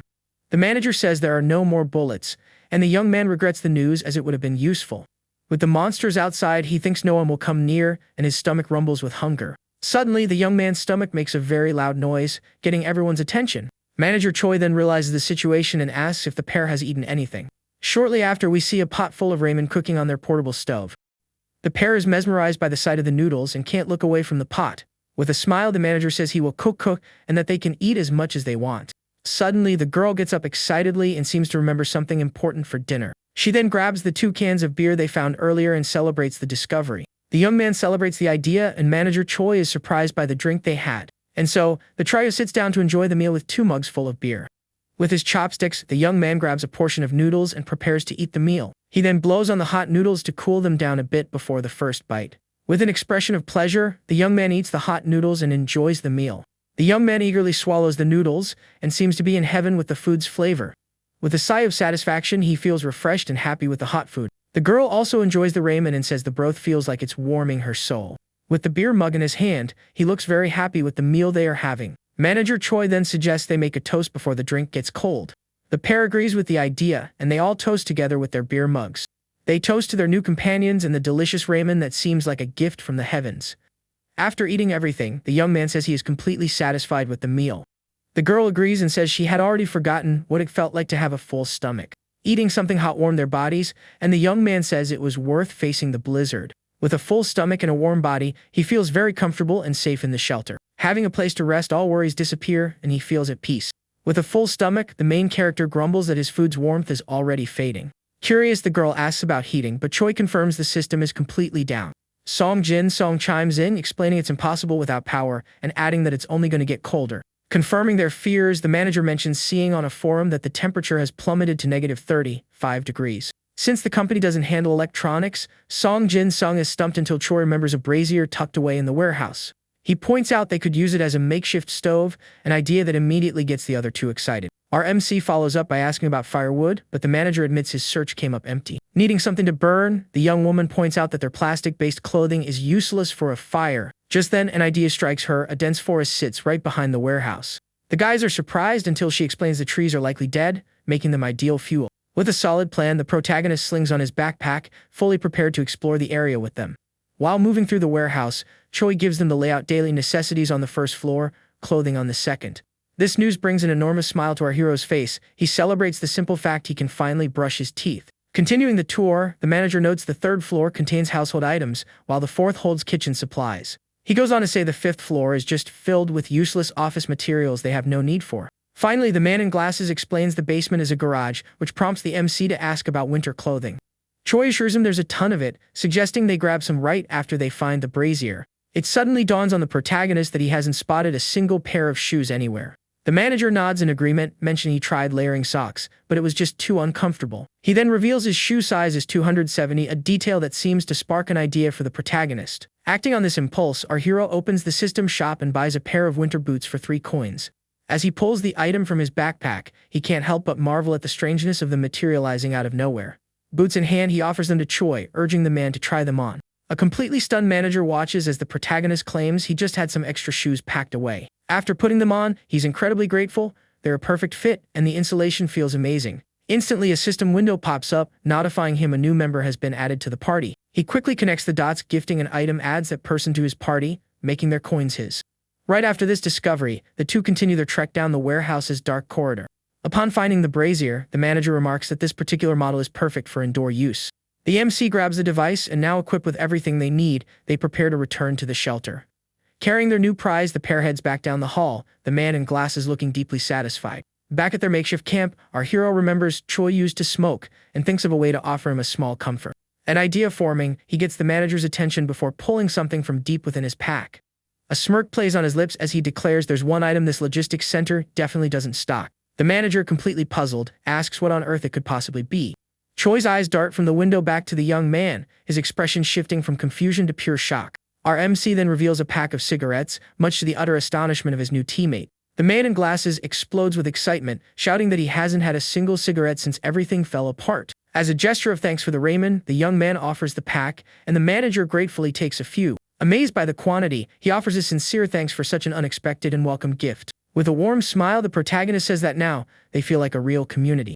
Deeply moved by the sentiment, Choi actually blushes a little at the thoughtful gesture. He pulls the MC into a tight embrace, asking to be called senior, to foster a more casual friendship.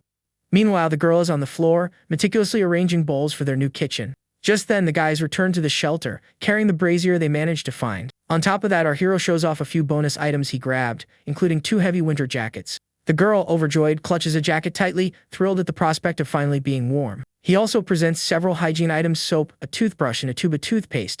Letting out a squeal of pure delight, the young woman throws her arms around the protagonist in gratitude. She immediately dashes off to use her new things, leaving the guys to remark on how happy she seems.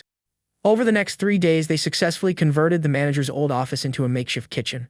In the adjacent space, they laid out 3 mattresses and sleeping bags, designating it as their new bedroom. Unfortunately, the relentless snow made it impossible to install the solar panels on the roof. With time, the walkers that had been lingering outside finally began to wander off.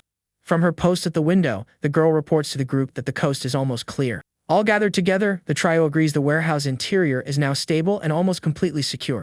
A serious look then crosses the protagonist's face as he announces it's time to venture outside. Their first priority, he states, is weapons, suggesting they head for the store they spotted earlier. His partner agrees to the expedition but wisely warns that traveling so far will be anything but easy. Our hero understands completely, lamenting his lack of coins to bypass walkers or a vehicle to outrun looters. A short time later, the group is reminded of the motorcycle sound they heard the night before. On an online forum, a user posts a photo of a walker, his text conveying his utter terror. The post then displays a picture of an entire horde, a terrifying river of them flooding the street. This user explains he was just riding his bike when he was suddenly swarmed by the creatures. He frantically writes that they materialized out of nowhere, and he barely escaped with his life. Living in Bangak Dong, he was caught completely off guard by the horde and had to improvise an escape. Aboard his bicycle, he navigated up a snow-covered staircase, hoping to shake the undead from his trail. The young man pedaled with every ounce of his strength, desperate to escape the walkers hot on his heels. A fearful glance over his shoulder revealed a massive, relentless crowd of creatures chasing him. In a panic, he biked on, searching for any safe place to hide. Along his route, he spotted the very same motorcycle our hero's group had seen. At first, he just assumed it was another survivor on the run, same as him. He was dead wrong. The walkers were being intentionally herded towards populated areas. Struck by this horrifying realization, the cyclist understands the people on that bike are completely unhinged. As he watches them steer the horde, he brands them as malicious and sends out a warning they're headed for Yudong. Back at their camp, the trio decides to divide their tasks to keep the shelter running smoothly. Hansan takes charge of organizing the interior and conducting a full inventory of the warehouse. Deep in concentration, she spins around upon hearing someone approach from behind. It's Choi, who asks if she needs any help, catching her slightly by surprise. He explains he was just testing the newly repaired solar generator, and she gives him a nod. Frustrated, he complains about the persistent cloudy weather, which is keeping the generator from charging. The girl then grabs a box, asking the manager for his help in stocking the kitchen. This leaves our hero with the responsibility of patrolling the warehouse and planning the group's future. Flashlight in hand, the protagonist methodically explores the vast space, a serious look on his face. His patrol eventually leads him to his partners in the stockroom, where the girl asks if he's already done. Song questions if Choi is helping her, a fact the manager confirms with a smile. The man in glasses reiterates that the bad weather is rendering the solar generator useless. This news doesn't surprise the protagonist, who admits he anticipated this kind of problem. He adds that a thick fog has rolled in, making the situation outside even more treacherous. When the girl asks about their spare batteries, Choi delivers the grim news: they're all dead, with no way to recharge them. The MC immediately gathers the group, stating gravely that they need to discuss their current situation. Unseen by them, the same cyclist from before is observing the building, his face obscured by a mask and hood. He asks his partners why they look so serious, and the young woman replies that they're worried about him. The young man explains that if their hideout is compromised while he's away, it's game over for all of them. To lighten the mood, he proudly shows off the new spear his partner crafted for him, insisting he'll be fine. With his bike at the ready, he says his farewells, and his friends promise to hold down the fort. He vows to come back with an induction stove and a proper weapon to bolster their defenses. Choi hands him a length of rope for the stove and a note detailing backup options in case he can't find one. After offering his thanks, the protagonist hops on his bike as his partners call out for him to be careful. They make him promise to return immediately if things get too dangerous, without a second thought. He then notices the thoughtful addition of chains on the bike's tires, courtesy of the girl, for better traction. Impressed, he praises his partner, remarking that her ingenuity will make his mission a bit easier. Pedaling down the silent street, his eyes scan the surroundings, confirming there isn't a single walker in sight. Still, an uneasy feeling keeps him on alert. The nearby apartment complex could be infested. After passing through a gate, he continues to bike cautiously along the snow-covered road. Spotting a school up ahead, he deduces that the apartment complex must be just around the corner. A sudden powerful gust of wind blows past, and he's thankful he isn't pedaling against it. Nevertheless, the protagonist decides to speed up, wanting to minimize his time out in the open. It's then that a strange smell drifts by, and he wonders if he's smelling exhaust fumes. The odor seems to be wafting from a wrecked car, though he finds its direction peculiar. With a focused gaze, the young man tries to pinpoint the exact source of the smell. In that moment, a familiar rumble reaches his ears, and he spots a motorcycle speeding toward him. Bringing his bike to a stop, he watches the motorcycle approach with a mix of curiosity and rising tension. Our hero's intuition screams that something is deeply wrong with this entire scene. His expression hardens as he notices the engine sound is strangely muffled, far too quiet for a bike that size. Peering past the motorcycle, he makes out the hazy silhouettes of dozens of figures trailing behind it. A cold dread washes over him as he understands the horrifying truth and braces for the incoming danger. It's painfully clear now the motorcycle is deliberately luring a massive horde of walkers somewhere. Stunned by the malicious act, he can hardly process what's unfolding before his very eyes. The motorcycle's headlight slices through the gloom, illuminating the approaching horde as he prepares for the worst. Eyes wide with terror, the protagonist freezes, staring at the massive wave of walkers directly in his path. Recognition dawns on him. It's the same bike he saw leading the creatures earlier. With no time to waste, he starts pedaling for his life, desperate to escape the massive crowd. Cursing under his breath, he realizes the tire chains and thick snow are slowing his escape. Taking a shaky breath, he forces himself to calm down and think of a plan to survive this deadly encounter. The relentless horde of walkers keeps charging forward, closing the distance to him with every second. A quick look back confirms his fears. They're about to catch him, and he needs to go faster. The creatures shriek and scramble through the snow, their only focus on the survivor just ahead. Frustrated, the MC realizes this is far worse than he ever could have imagined before leaving the shelter. He needs to find cover, but where? Then, he remembers a place he'd passed on his way here. An idea flashes in his mind: the school he saw just a few minutes ago. Knowing it's the only safe haven nearby, the young man pedals with every ounce of his remaining strength. He pushes himself to the limit, pedaling as fast as he possibly can to reach the school in time. Upon arrival, he frankly tries the door, but to his dismay, it's locked from the inside. Panic sets in as he realizes he can't get in and the creatures are closing in fast. Ditching the bicycle, he continues to shove against the door, but it won't budge even a centimeter. With no time to spare, he sprints along the side of the school, searching for any other way inside. Our hero finds another door and throws his entire body against it, trying to force it open. To his frustration, this door is also locked, leaving him trapped outside with the horde approaching. He resolves to use the sledgehammer on his back to smash his way in. In a desperate cry, he yells for the door to open as he pushes with all his might. Seeing it's hopeless, he decides his only option is to break the window and climb through. After shattering the glass, he tosses his backpack inside and gets ready to vault through the opening. The young man leaps through the window just in the nick of time, escaping the walkers swarming outside. Safely inside the school, he takes a moment to get his bearings and find a secure place to hide. But as he turns, he comes face to face with a walker that ambushes him out of nowhere. The creature manages to latch onto his leg, and the MC tries to shake it off with a powerful kick. To his horror, the protagonist realizes the creature's grip is unbreakable. With its jaw wide open, the creature holds onto the young man's leg with shocking strength. The walker lets out a desperate shriek as it tightens its grip on his leg. With a look of sheer determination, the protagonist prepares to fight for his life. In a rapid sequence, he stumps on the creature's face again and again, trying to break its hold. The powerful impacts leave the creature's face severely damaged, yet it doesn't let go. Frustrated, the young man screams at the creature to leave him alone. He angrily accepts that this monster isn't going to release his leg easily. A look of fury crosses our hero's face as he readies his weapon to end this now. He grabs his makeshift spear, aiming to strike the creature and finally break free. A powerful blow shatters the weapon's handle against the walker's head, but its grip remains firm. Enraged, the young man yells and prepares another attack with the broken weapon still in his hand. Finally, the walker's hand starts to loosen, signaling his chance for a final, decisive blow. The force of the last strike sends the protagonist stumbling backward, and he collapses to the floor. Lying on the ground completely spent, he gasps for air, relieved to have survived the encounter. The young man pushes himself up and glares at the creature on the floor, which is still twitching slightly. Annoyed by its persistence, he finishes the thing off with the shattered handle of his weapon. Just then, the walkers outside begin pounding violently against the window pane. Dozens of hands slap against the glass, and the young man realizes he's completely surrounded. A walker presses its face to the window, staring at the MC with its vacant, hungry eyes. Breathing a sigh of relief, he backs away from the window, realizing how close he came to being their meal. Utterly exhausted, the young man sinks to the floor as the creatures continue their assault from the outside. Meanwhile, back at the warehouse, the MC's partner is overjoyed with the new boots she received. Choi approaches her and gently asks if she's really that worried about their friend. She admits the darkness makes her anxious, but the manager reassures her, saying the young man will be fine. A small smile touches her lips as she agrees, showing her complete faith in her partner's abilities. For a moment, the two of them stand in a comfortable silence, gazing out into the dark. The manager then shows her that his phone has reached an 8% charge and suggests turning it on for a bit. Hesitant about the battery, she pauses, but he holds up the device with a confident smile. He explains that on power-saving mode, they can probably get about 10 minutes to check the news. Huddled together over the screen, they notice that it seems a bit brighter outside than before. In a forum post, a user asks if anyone else knew that walkers also react to the scent of blood. Back at the school, the post details how the creatures went into a frenzy at the smell and attacked.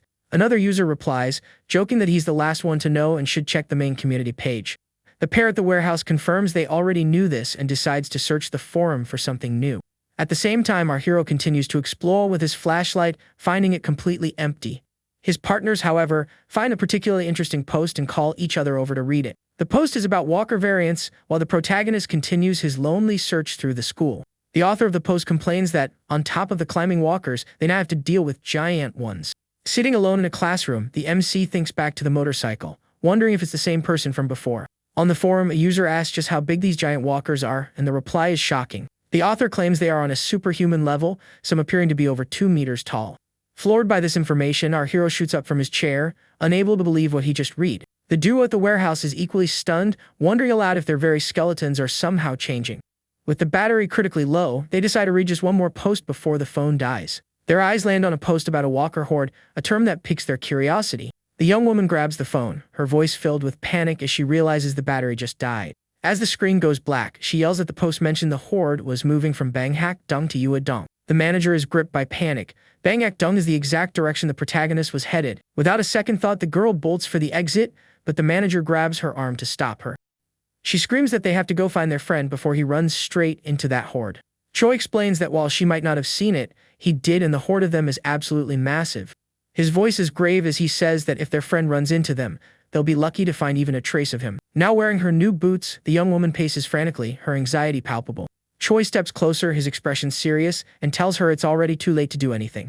She whips around to face him confused, asking what he could possibly mean by that. Desperate, the young woman rushes toward him, pleading with him to explain. He reveals that he saw the timestamp on the post. It was published at 4:20 in the morning. The manager grimly states that the walker should be arriving in the area right about now, a revelation that horrifies her. A look of grim determination settles on her face as she understands the situation and says they have to hold their ground. He agrees, saying their priority now is to ensure the horde doesn't get past them and to protect their shelter. The manager comforts her, reminding her that their friend entrusted them with this place for a reason.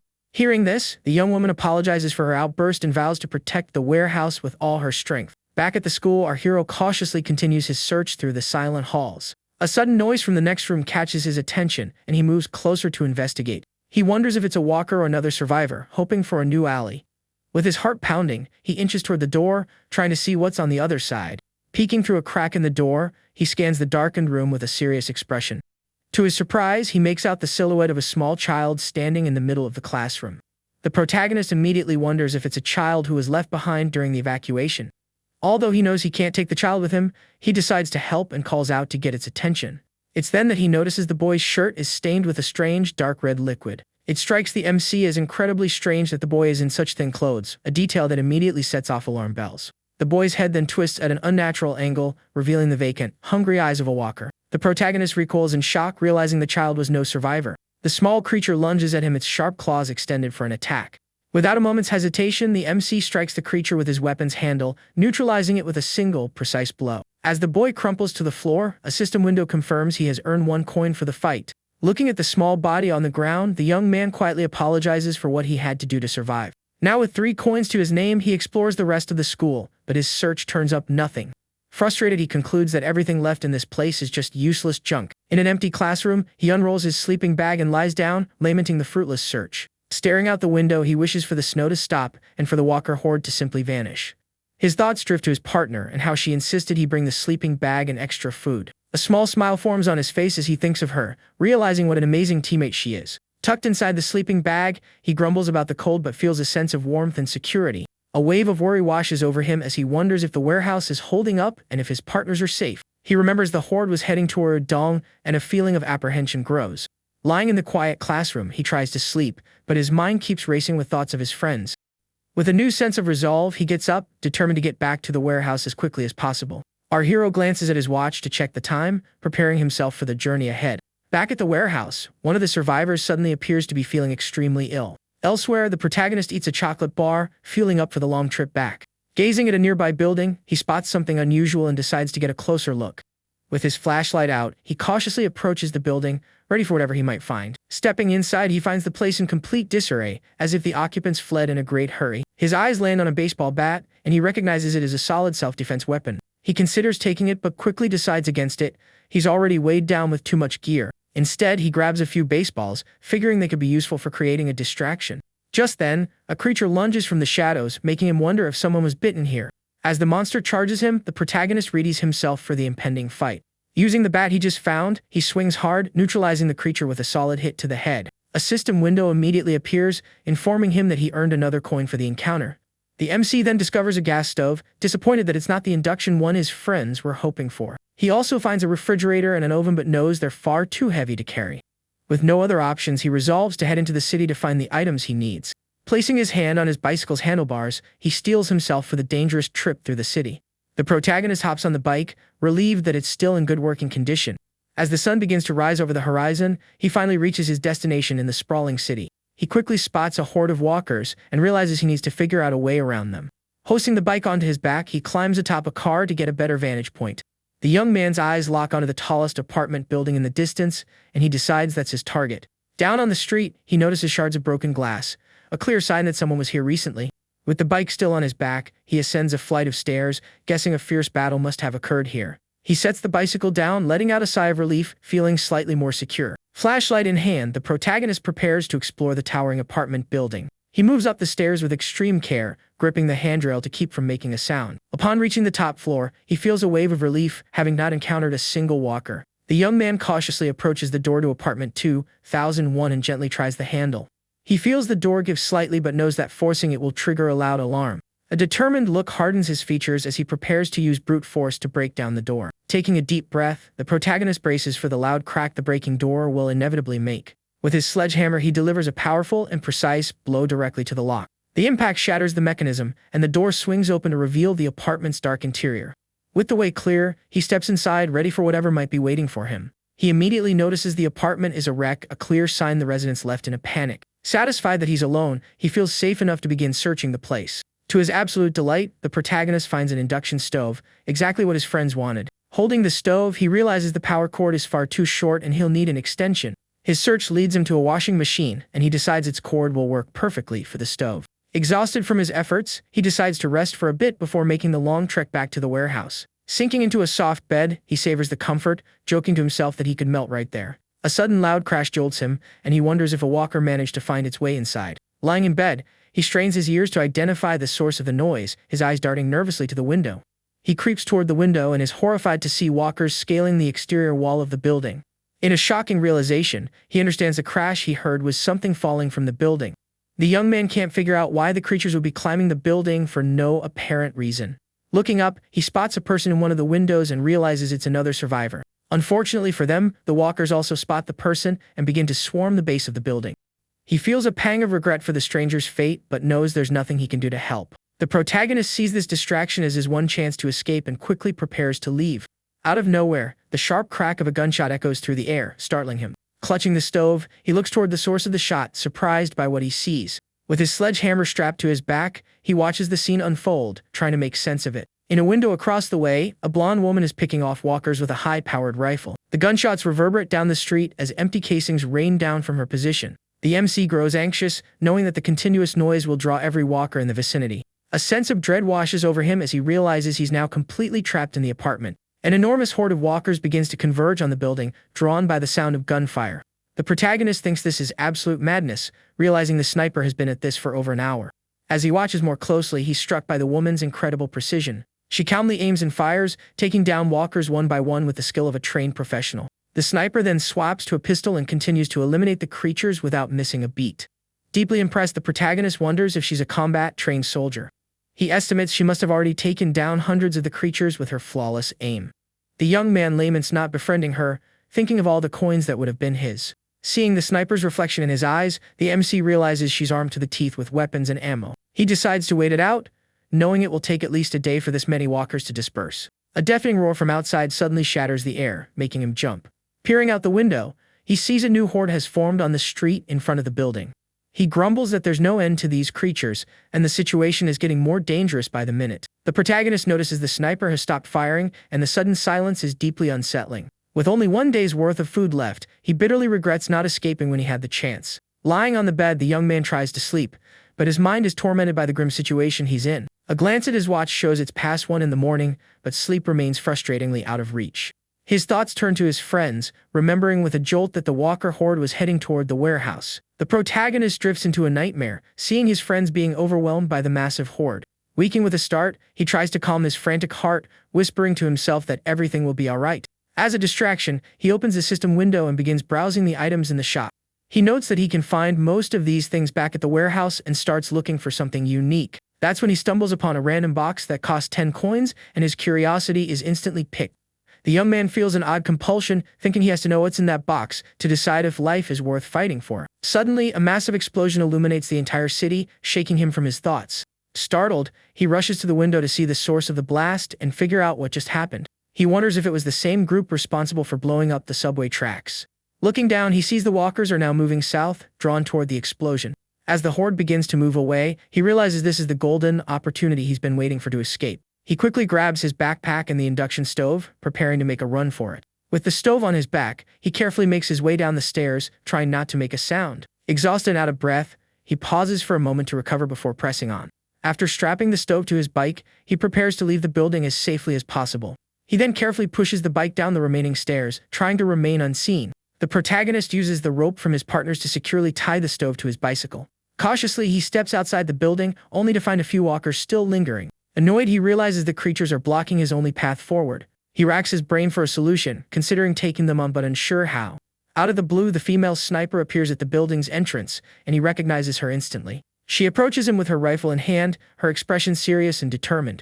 The sniper then breaks into a run towards him, and for a second, he thinks she's going to attack. But she speeds right past him, slamming the butt of her rifle into a walker and knocking it down. With her weapon at the ready, she prepares to fight off the other approaching creatures. Impressed, he can't help but wonder if she's part of some special forces unit. The woman then firmly plants her boot on the fallen creature's head, ensuring it stays down. She takes a steady step toward the protagonist, preparing to finally meet him. The woman raises a hand, signaling that she has no intention of fighting him here. He notes, however, that she doesn't lower her weapon, a clear sign she's ready for anything. She then asks if he's alone or if he has companions waiting for him somewhere. The young man lets his sledgehammer fall to the ground, a gesture to show he means no harm. Discreetly hiding his own pistol, he claims he's alone and raises his hands to show he's unarmed. He adds that he has no desire to fight, and the woman seems to believe him. With a palpable sigh of relief, she finally lowers her rifle and prepares to talk. The sniper mentions it's been a long time since she's seen another survivor and extends her hand. The two introduce themselves and shake hands, forming a tentative alliance. The woman notes that while there aren't many walkers inside the complex, the streets outside are crawling with them. She suggests they sit down and rest for a moment, and he readily agrees. As they sit on the stairs, the woman observes him with a watchful and suspicious gaze. A tense silence hangs in the air between them for a moment. She breaks it by asking if he's been living on his own this whole time, and he meets her gaze with his own suspicion. Unsure if he can trust her, the MC decides it's safer to lie for now. He turns the question back on her, and her expression becomes serious, tinged with sadness. She explains that she once had army companions, but they all eventually went their separate ways. The news surprises the young man, who now understands she's been alone for quite some time.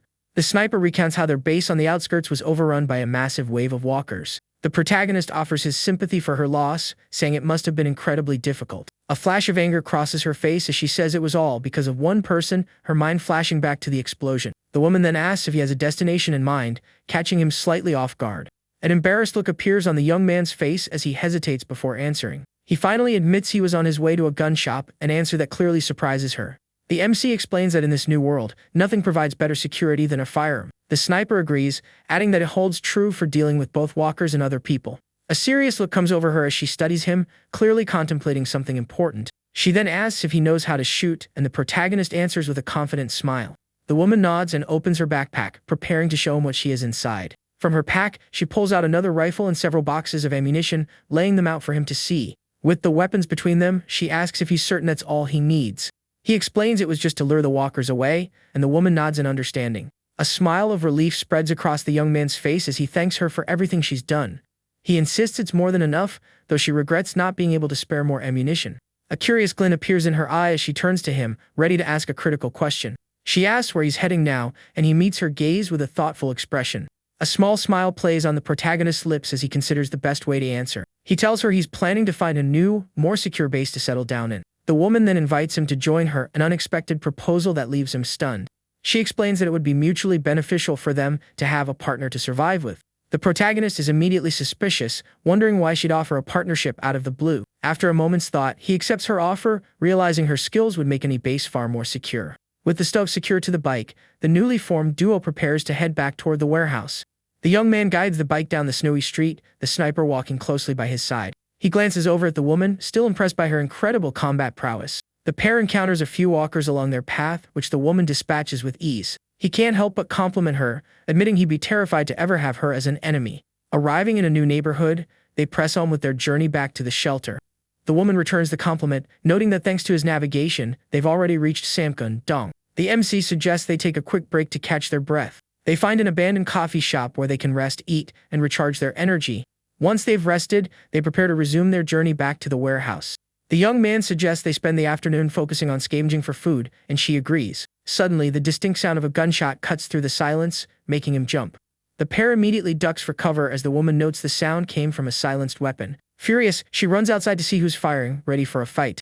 The protagonist wonders who these new people are, if they have some kind of grudge against his new partner. With her rifle raised, the woman shouts curses at the shooters, preparing to return fire. The MC yells her name and runs to her side as she takes cover behind a car. Confused, the protagonist demands to know what on earth is going on and who these people are. The duo huddles behind the car, cautiously observing the shooter's position. He asks if she knows them, just as one of the men on the rooftop shouts the name, Kelly. From a nearby building, 2 foreign soldiers open fire, yelling at them to surrender. Enraged, the woman curses the soldiers and prepares to fire back with her rifle. The young man tries to stop her, warning that the noise from her rifle will attract a horde of walkers. A bullet shatters the car's window, and the young man shields his face from the flying glass. The soldiers continue their barrage, and the woman finds herself pinned down in the middle of the street. She returns fire with her rifle, using the car as cover to avoid being hit. The MC screams at her to stop, insisting the noise will bring an entire horde down on them. The woman screams back that she will never surrender and that she can't go back to that place. Confused, he grabs her, asking with a worried expression what she's talking about. With tears streaming down her face, she reveals that those men assaulted her, leaving him utterly shocked. She explains that's why she ran away, and he asks if she's telling the truth. Angrily, the woman retorts, asking if he really thinks she'd lie in a situation like this. He's not sure what to believe, but he decides to trust her and helps her stay protected from the gunfire. Unsure of what to do, he holds her by the shoulder, desperately trying to come up with an escape plan. In a split-second move, the young man tackles her to the ground, shielding her from a well-aimed shot. He cries out in pain, realizing a bullet has grazed his arm. Left with no other choice, he raises his hands and yells to the soldiers that he surrenders. With his hands in the air, the young man gives himself up to the approaching soldiers. The armed men ready themselves, and one of them signals the others to advance. Seizing the opportunity, the woman makes a break for it, running from the soldiers who were after her. One of the men shouts for them to shoot her, and they open fire in her direction. A bullet strikes her in the shoulder, and she feels the immediate, sharp pain of the wound. Clutching her shoulder, she grits her teeth against the pain and keeps running to escape. It dawns on the protagonist that she just used him as a human shield to create her own escape. The soldiers quickly surround him, their weapons all pointed directly at him. Their leader steps forward and asks in English if he can understand him. Startled, the young man manages to say he understands a little, and the soldier introduces himself as Brian. He then asks if the protagonist is Kelly's partner, and the name leaves the young man confused. The soldier clarifies he means the woman who was just with him, and the protagonist gives her real name. Annoyed, the man states that she lied about her name, prompting the young man to deny being her partner. The soldier asks what she told him, and the MC recants the fabricated story she fed him. The men burst out laughing, telling him she was lying and that she was the one who betrayed them. Their leader explains that one of their own passed away because of her, and now they're seeking revenge. Utterly confused, the protagonist realizes the two stories are complete opposites and has no idea who to believe. One of the soldiers calls out that they've lost her, and that walkers are closing in because of the gunfire. The leader asks for a count, and the soldier replies there are too many for them to handle. With a serious expression, the man decides to trust the protagonist, warning him that staying with that woman is dangerous. The group's leader looks grim, knowing he has to make a difficult decision. The soldiers start gathering the young man's belongings, and one of them complains about how heavy the stove is. Seeing his backpack being taken, the protagonist panics and tries to get it back. He knows that if they take his backpack, he'll lose everything he's worked so hard for. Without a second thought, the young man shouts that the backpack is his and lunges for it. The soldiers give him a suspicious look, clearly not inclined to return his property. One of them then asks if the gas weapon was stolen from their group, making the MC tense up. Surrounded, he realizes there's no way he can fight all of them by himself. He anxiously wonders what he'll do if they refuse to give him back his backpack. Holding the backpack, the group's leader stares the young man down with a serious, intimidating gaze. The protagonist is filled with frustration, seeing no way out of this dead-end alley. To his utter surprise, the soldier decides to return the backpack, handing it over to him. With the pack securely on his back, he offers his thanks, and the soldier wishes him luck, hoping the gear won't be used for evil. The group of soldiers then departs, and the young man watches them disappear down the street. As the sun begins to set, he knows he needs to get moving and prepares to continue his journey. With the stove once again tied to his bike, he gets on and starts pedaling back toward home. Partway there, a sharp pain shoots through his arm, reminding him of the bullet graze. Frustrated, he complains to himself about the long road still ahead and the fact that he's injured. Utterly exhausted, he continues his trek through the snow, his footprints the only mark on the pristine path. A quick check of his map reveals he's still 1.5 kilometers from the warehouse, prompting him to use the repellent. With the repellent ready, he opens the system window to check his coin balance. He's shocked to see he now has 16 coins and is completely baffled by the number. Then he remembers the woman taking down countless walkers and suspects. They must have automatically formed a party. But a look at his system shows his partners are the same, meaning that theory makes no sense. A look of dawning horror crosses his face as he realizes the coins must have come from walkers near the warehouse. The young man's mind flashes back to the horde he saw, and he breaks into a desperate sprint toward the shelter. Overcome with worry for his friends, he slips and falls in the snow, but scrambles back to his feet instantly. Carrying the heavy stove on his back, he runs as fast as legs can carry him, hoping to get there in time. With tears welling in his eyes, the protagonist prays he won't be too late to help. At the warehouse, a massive horde of walkers is tearing at the chain gate, trying to get in. The duo inside is panicking at the sheer number of them, using all their strength to hold the gate. Creatures are trying to squeeze through the gaps, and the situation is getting more desperate by the second. The woman yells for the manager to grab the chains and keep the walkers from breaking through. One of the creatures manages to grab the man's arm, yanking him forcefully toward the opening. The MC's partner screams his name as he's pulled into the writhing mass of the horde. She shouts that it's hopeless and pleads for him to get inside, knowing they can't fight this many. With the manager now injured, the woman manages to slam the gate shut and lock it from the inside. Armed with a piece of scrap metal, she readies herself to defend their shelter from the creatures. The pair then prepares to blockade the stairs in case the creatures find a way inside. The manager reminds her that normal walkers can't climb stairs, but they can still use the ramps. With a determined look, she reasons that if they can funnel them into a narrow space, they might be able to hold them off. She yells at him to grab a weapon, insisting they have to make their stand right here. With his own weapon in hand, the manager braces for the impending battle. He then quietly suggests that they always have the option to run, and the woman stares at him in disbelief. Confused by his cowardly suggestion, she gives him a questioning look. Placing a hand on her leg, the man tries to convince her to flee the warehouse with him. Furious, she reminds him that they all agreed to protect this place until their friend returned. He clarifies that he's not suggesting they abandon their friend, but that they need to save themselves first. A determined fire in her eyes, the woman says she can't do that and that she's holding her ground. She looks him straight in the eye and tells him to stop thinking about running and to pick up a weapon. Gripping her own weapon, she declares that it's easier to defend a position than to try and take it back. The manager falls silent for a moment, appearing to mull over her words. He runs a frustrated hand through his hair but seems to understand her point. With his weapon held tight, he resolves to stay and fight to protect their shelter. Suddenly, the woman hears a noise, and the manager calls her over to show her something outside. Looking out the window, she sees the same biker from before approaching the warehouse. She squints, trying to get a better look at the person, feeling a strange sense of recognition. The biker pulls to a stop right in front of the warehouse and reaches up to remove their helmet. In one fluid motion, the helmet comes off, revealing the rider's identity to the shocked pair. The woman recognizes the biker instantly and freezes, paralyzed by the unexpected revelation. Just as the protagonist arrives, he witnesses the horrifying sight of the main gate being torn apart by the horde.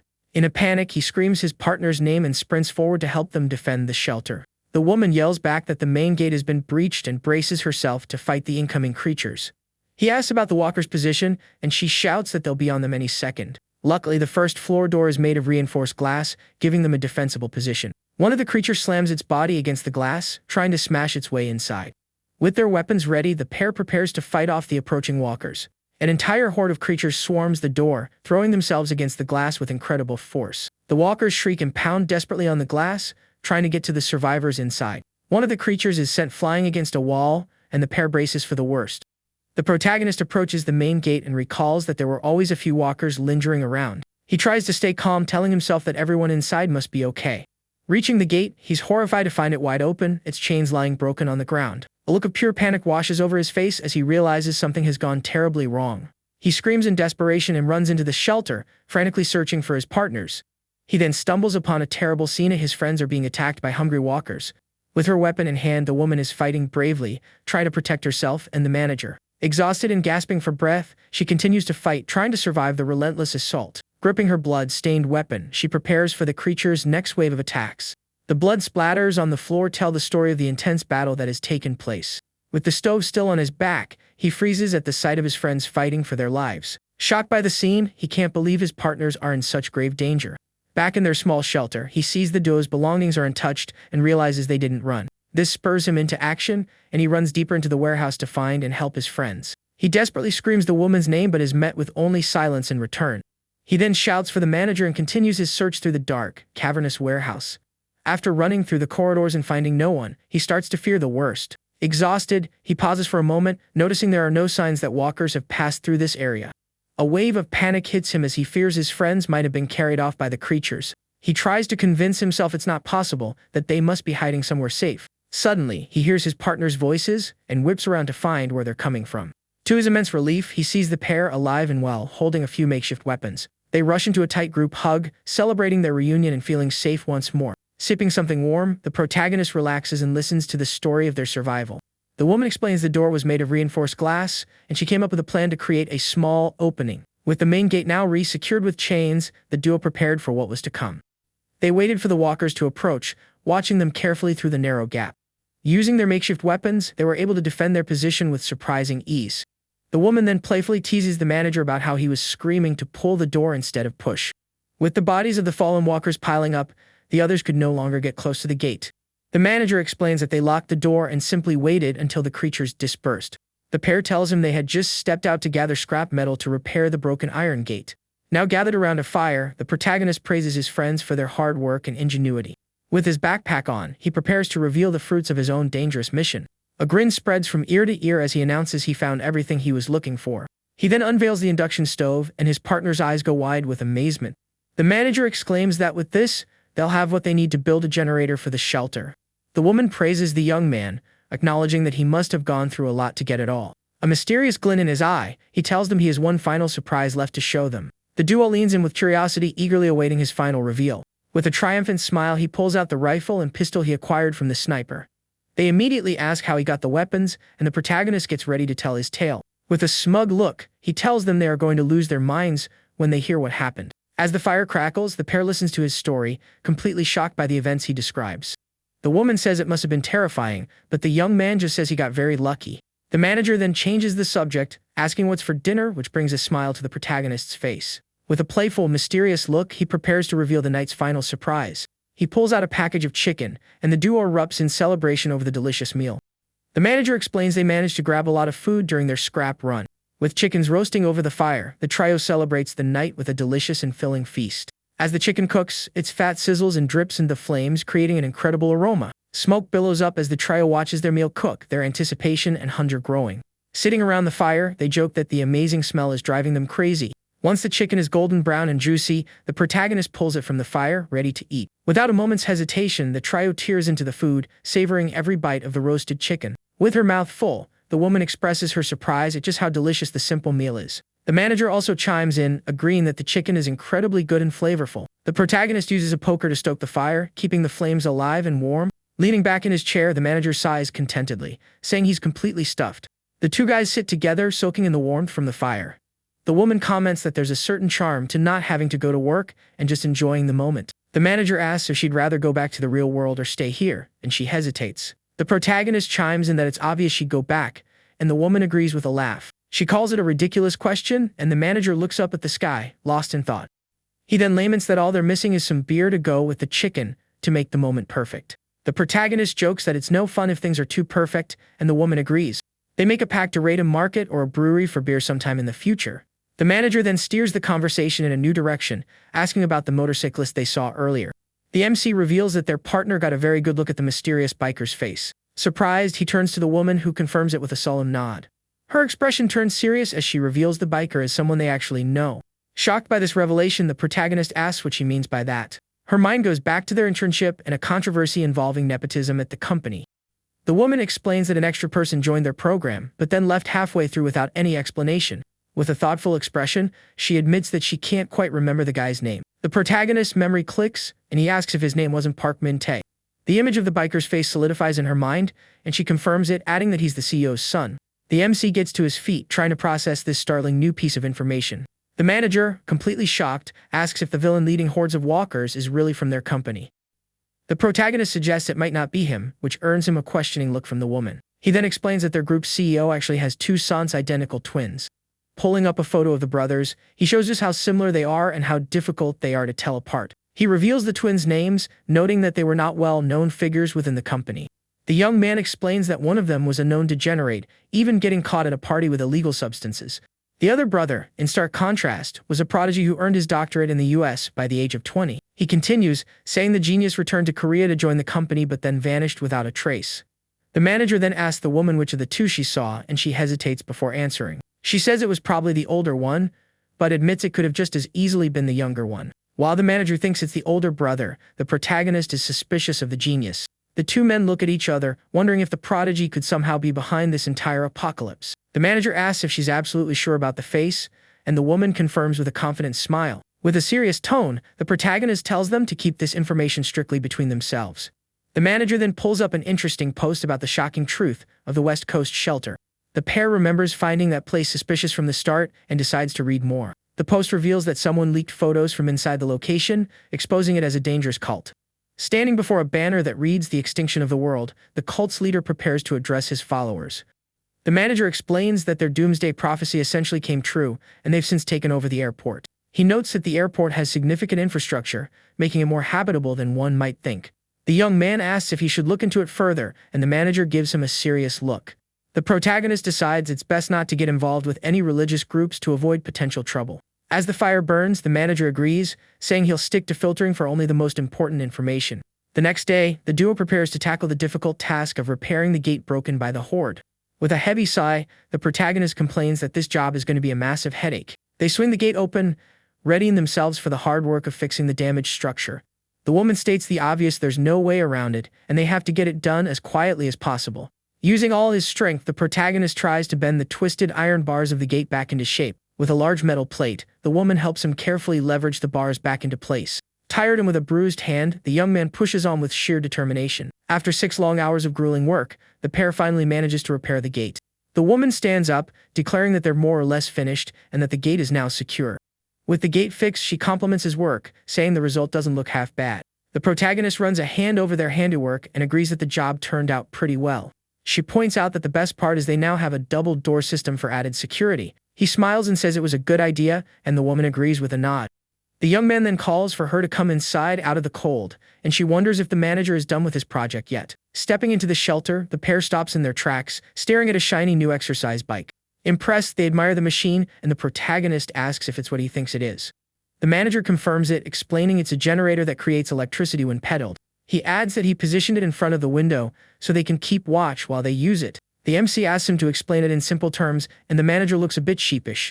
With a grimace, he admits the bike's efficiency is terrible, which makes them worry. The woman asks just how bad it is, and the manager provides a practical example. He explains that 1 hour of pedaling will run a heater for only 15 minutes, eliciting a groan from the young man. The manager gets defensive, saying it was the best he could do with the parts he had. The woman, however, calls it a great source of energy, saying that not having to rely on the sun is incredible. The protagonist praises him, adding that thanks to his work they have a stable supply of electricity. Pulling him into a hug, the manager teases that he's not just good with his hands. Playing along, the protagonist jokes that he'll be asking for all sorts of things now, and the manager laughs in agreement. As the trio sleep soundly, snow continues to fall quietly outside their secure warehouse. A system window then materializes above the sleeping woman, preparing to display something new. Lying in bed, the protagonist opens the system shop, looking for a defensive item. Having some coins to spare, he decides to buy the search tool to find something useful. His first search is for equipment to stop intruders, but it yields no results. Frustrated, the young man tries searching for weapons and repair functions, but again finds nothing. He then searches for a GPS tracker, and to his surprise, the system finds several similar items. The MC's eyes light up with excitement at this new discovery within the system. The item is a location tracker that lasts for 24 hours and costs 7 coins. Thrilled with his find, he realizes he can now use this item to track high-risk targets. A sudden noise jolts him from his thoughts, and he sits up, startled, with his pistol in hand. The manager bursts into the room, yelling for him to wake up, because something strange is happening. With his rifle in hand, he moves to the window to see what's going on outside. The pair spots two figures approaching the warehouse and braces for the worst. Holding the pistol, the woman admits she's never fired a gun before, her nervousness obvious. The protagonist calmly reassures her, explaining it's just a gas weapon and all she has to do is point and shoot. He shows her the proper way to hold it, preparing her for what might come next. She looks at him with fear in her eyes, and he comforts her, insisting that shooting isn't difficult. The young man instructs her not to fire unless the strangers do something unexpected or threatening. With a reassuring smile, he readies himself for the encounter with the figures outside. His hand resting on his own weapon, he prepares for the worst, waiting for the right moment to act. The woman gives a firm nod, ready to follow his instructions to the letter. He then tells her to keep an eye on the manager for hand signals, so they can coordinate their actions. With a watchful gaze, the protagonist observes the strangers as they get closer to the warehouse. To his complete surprise, he sees an adult and a small child, a sight that leaves him utterly confused.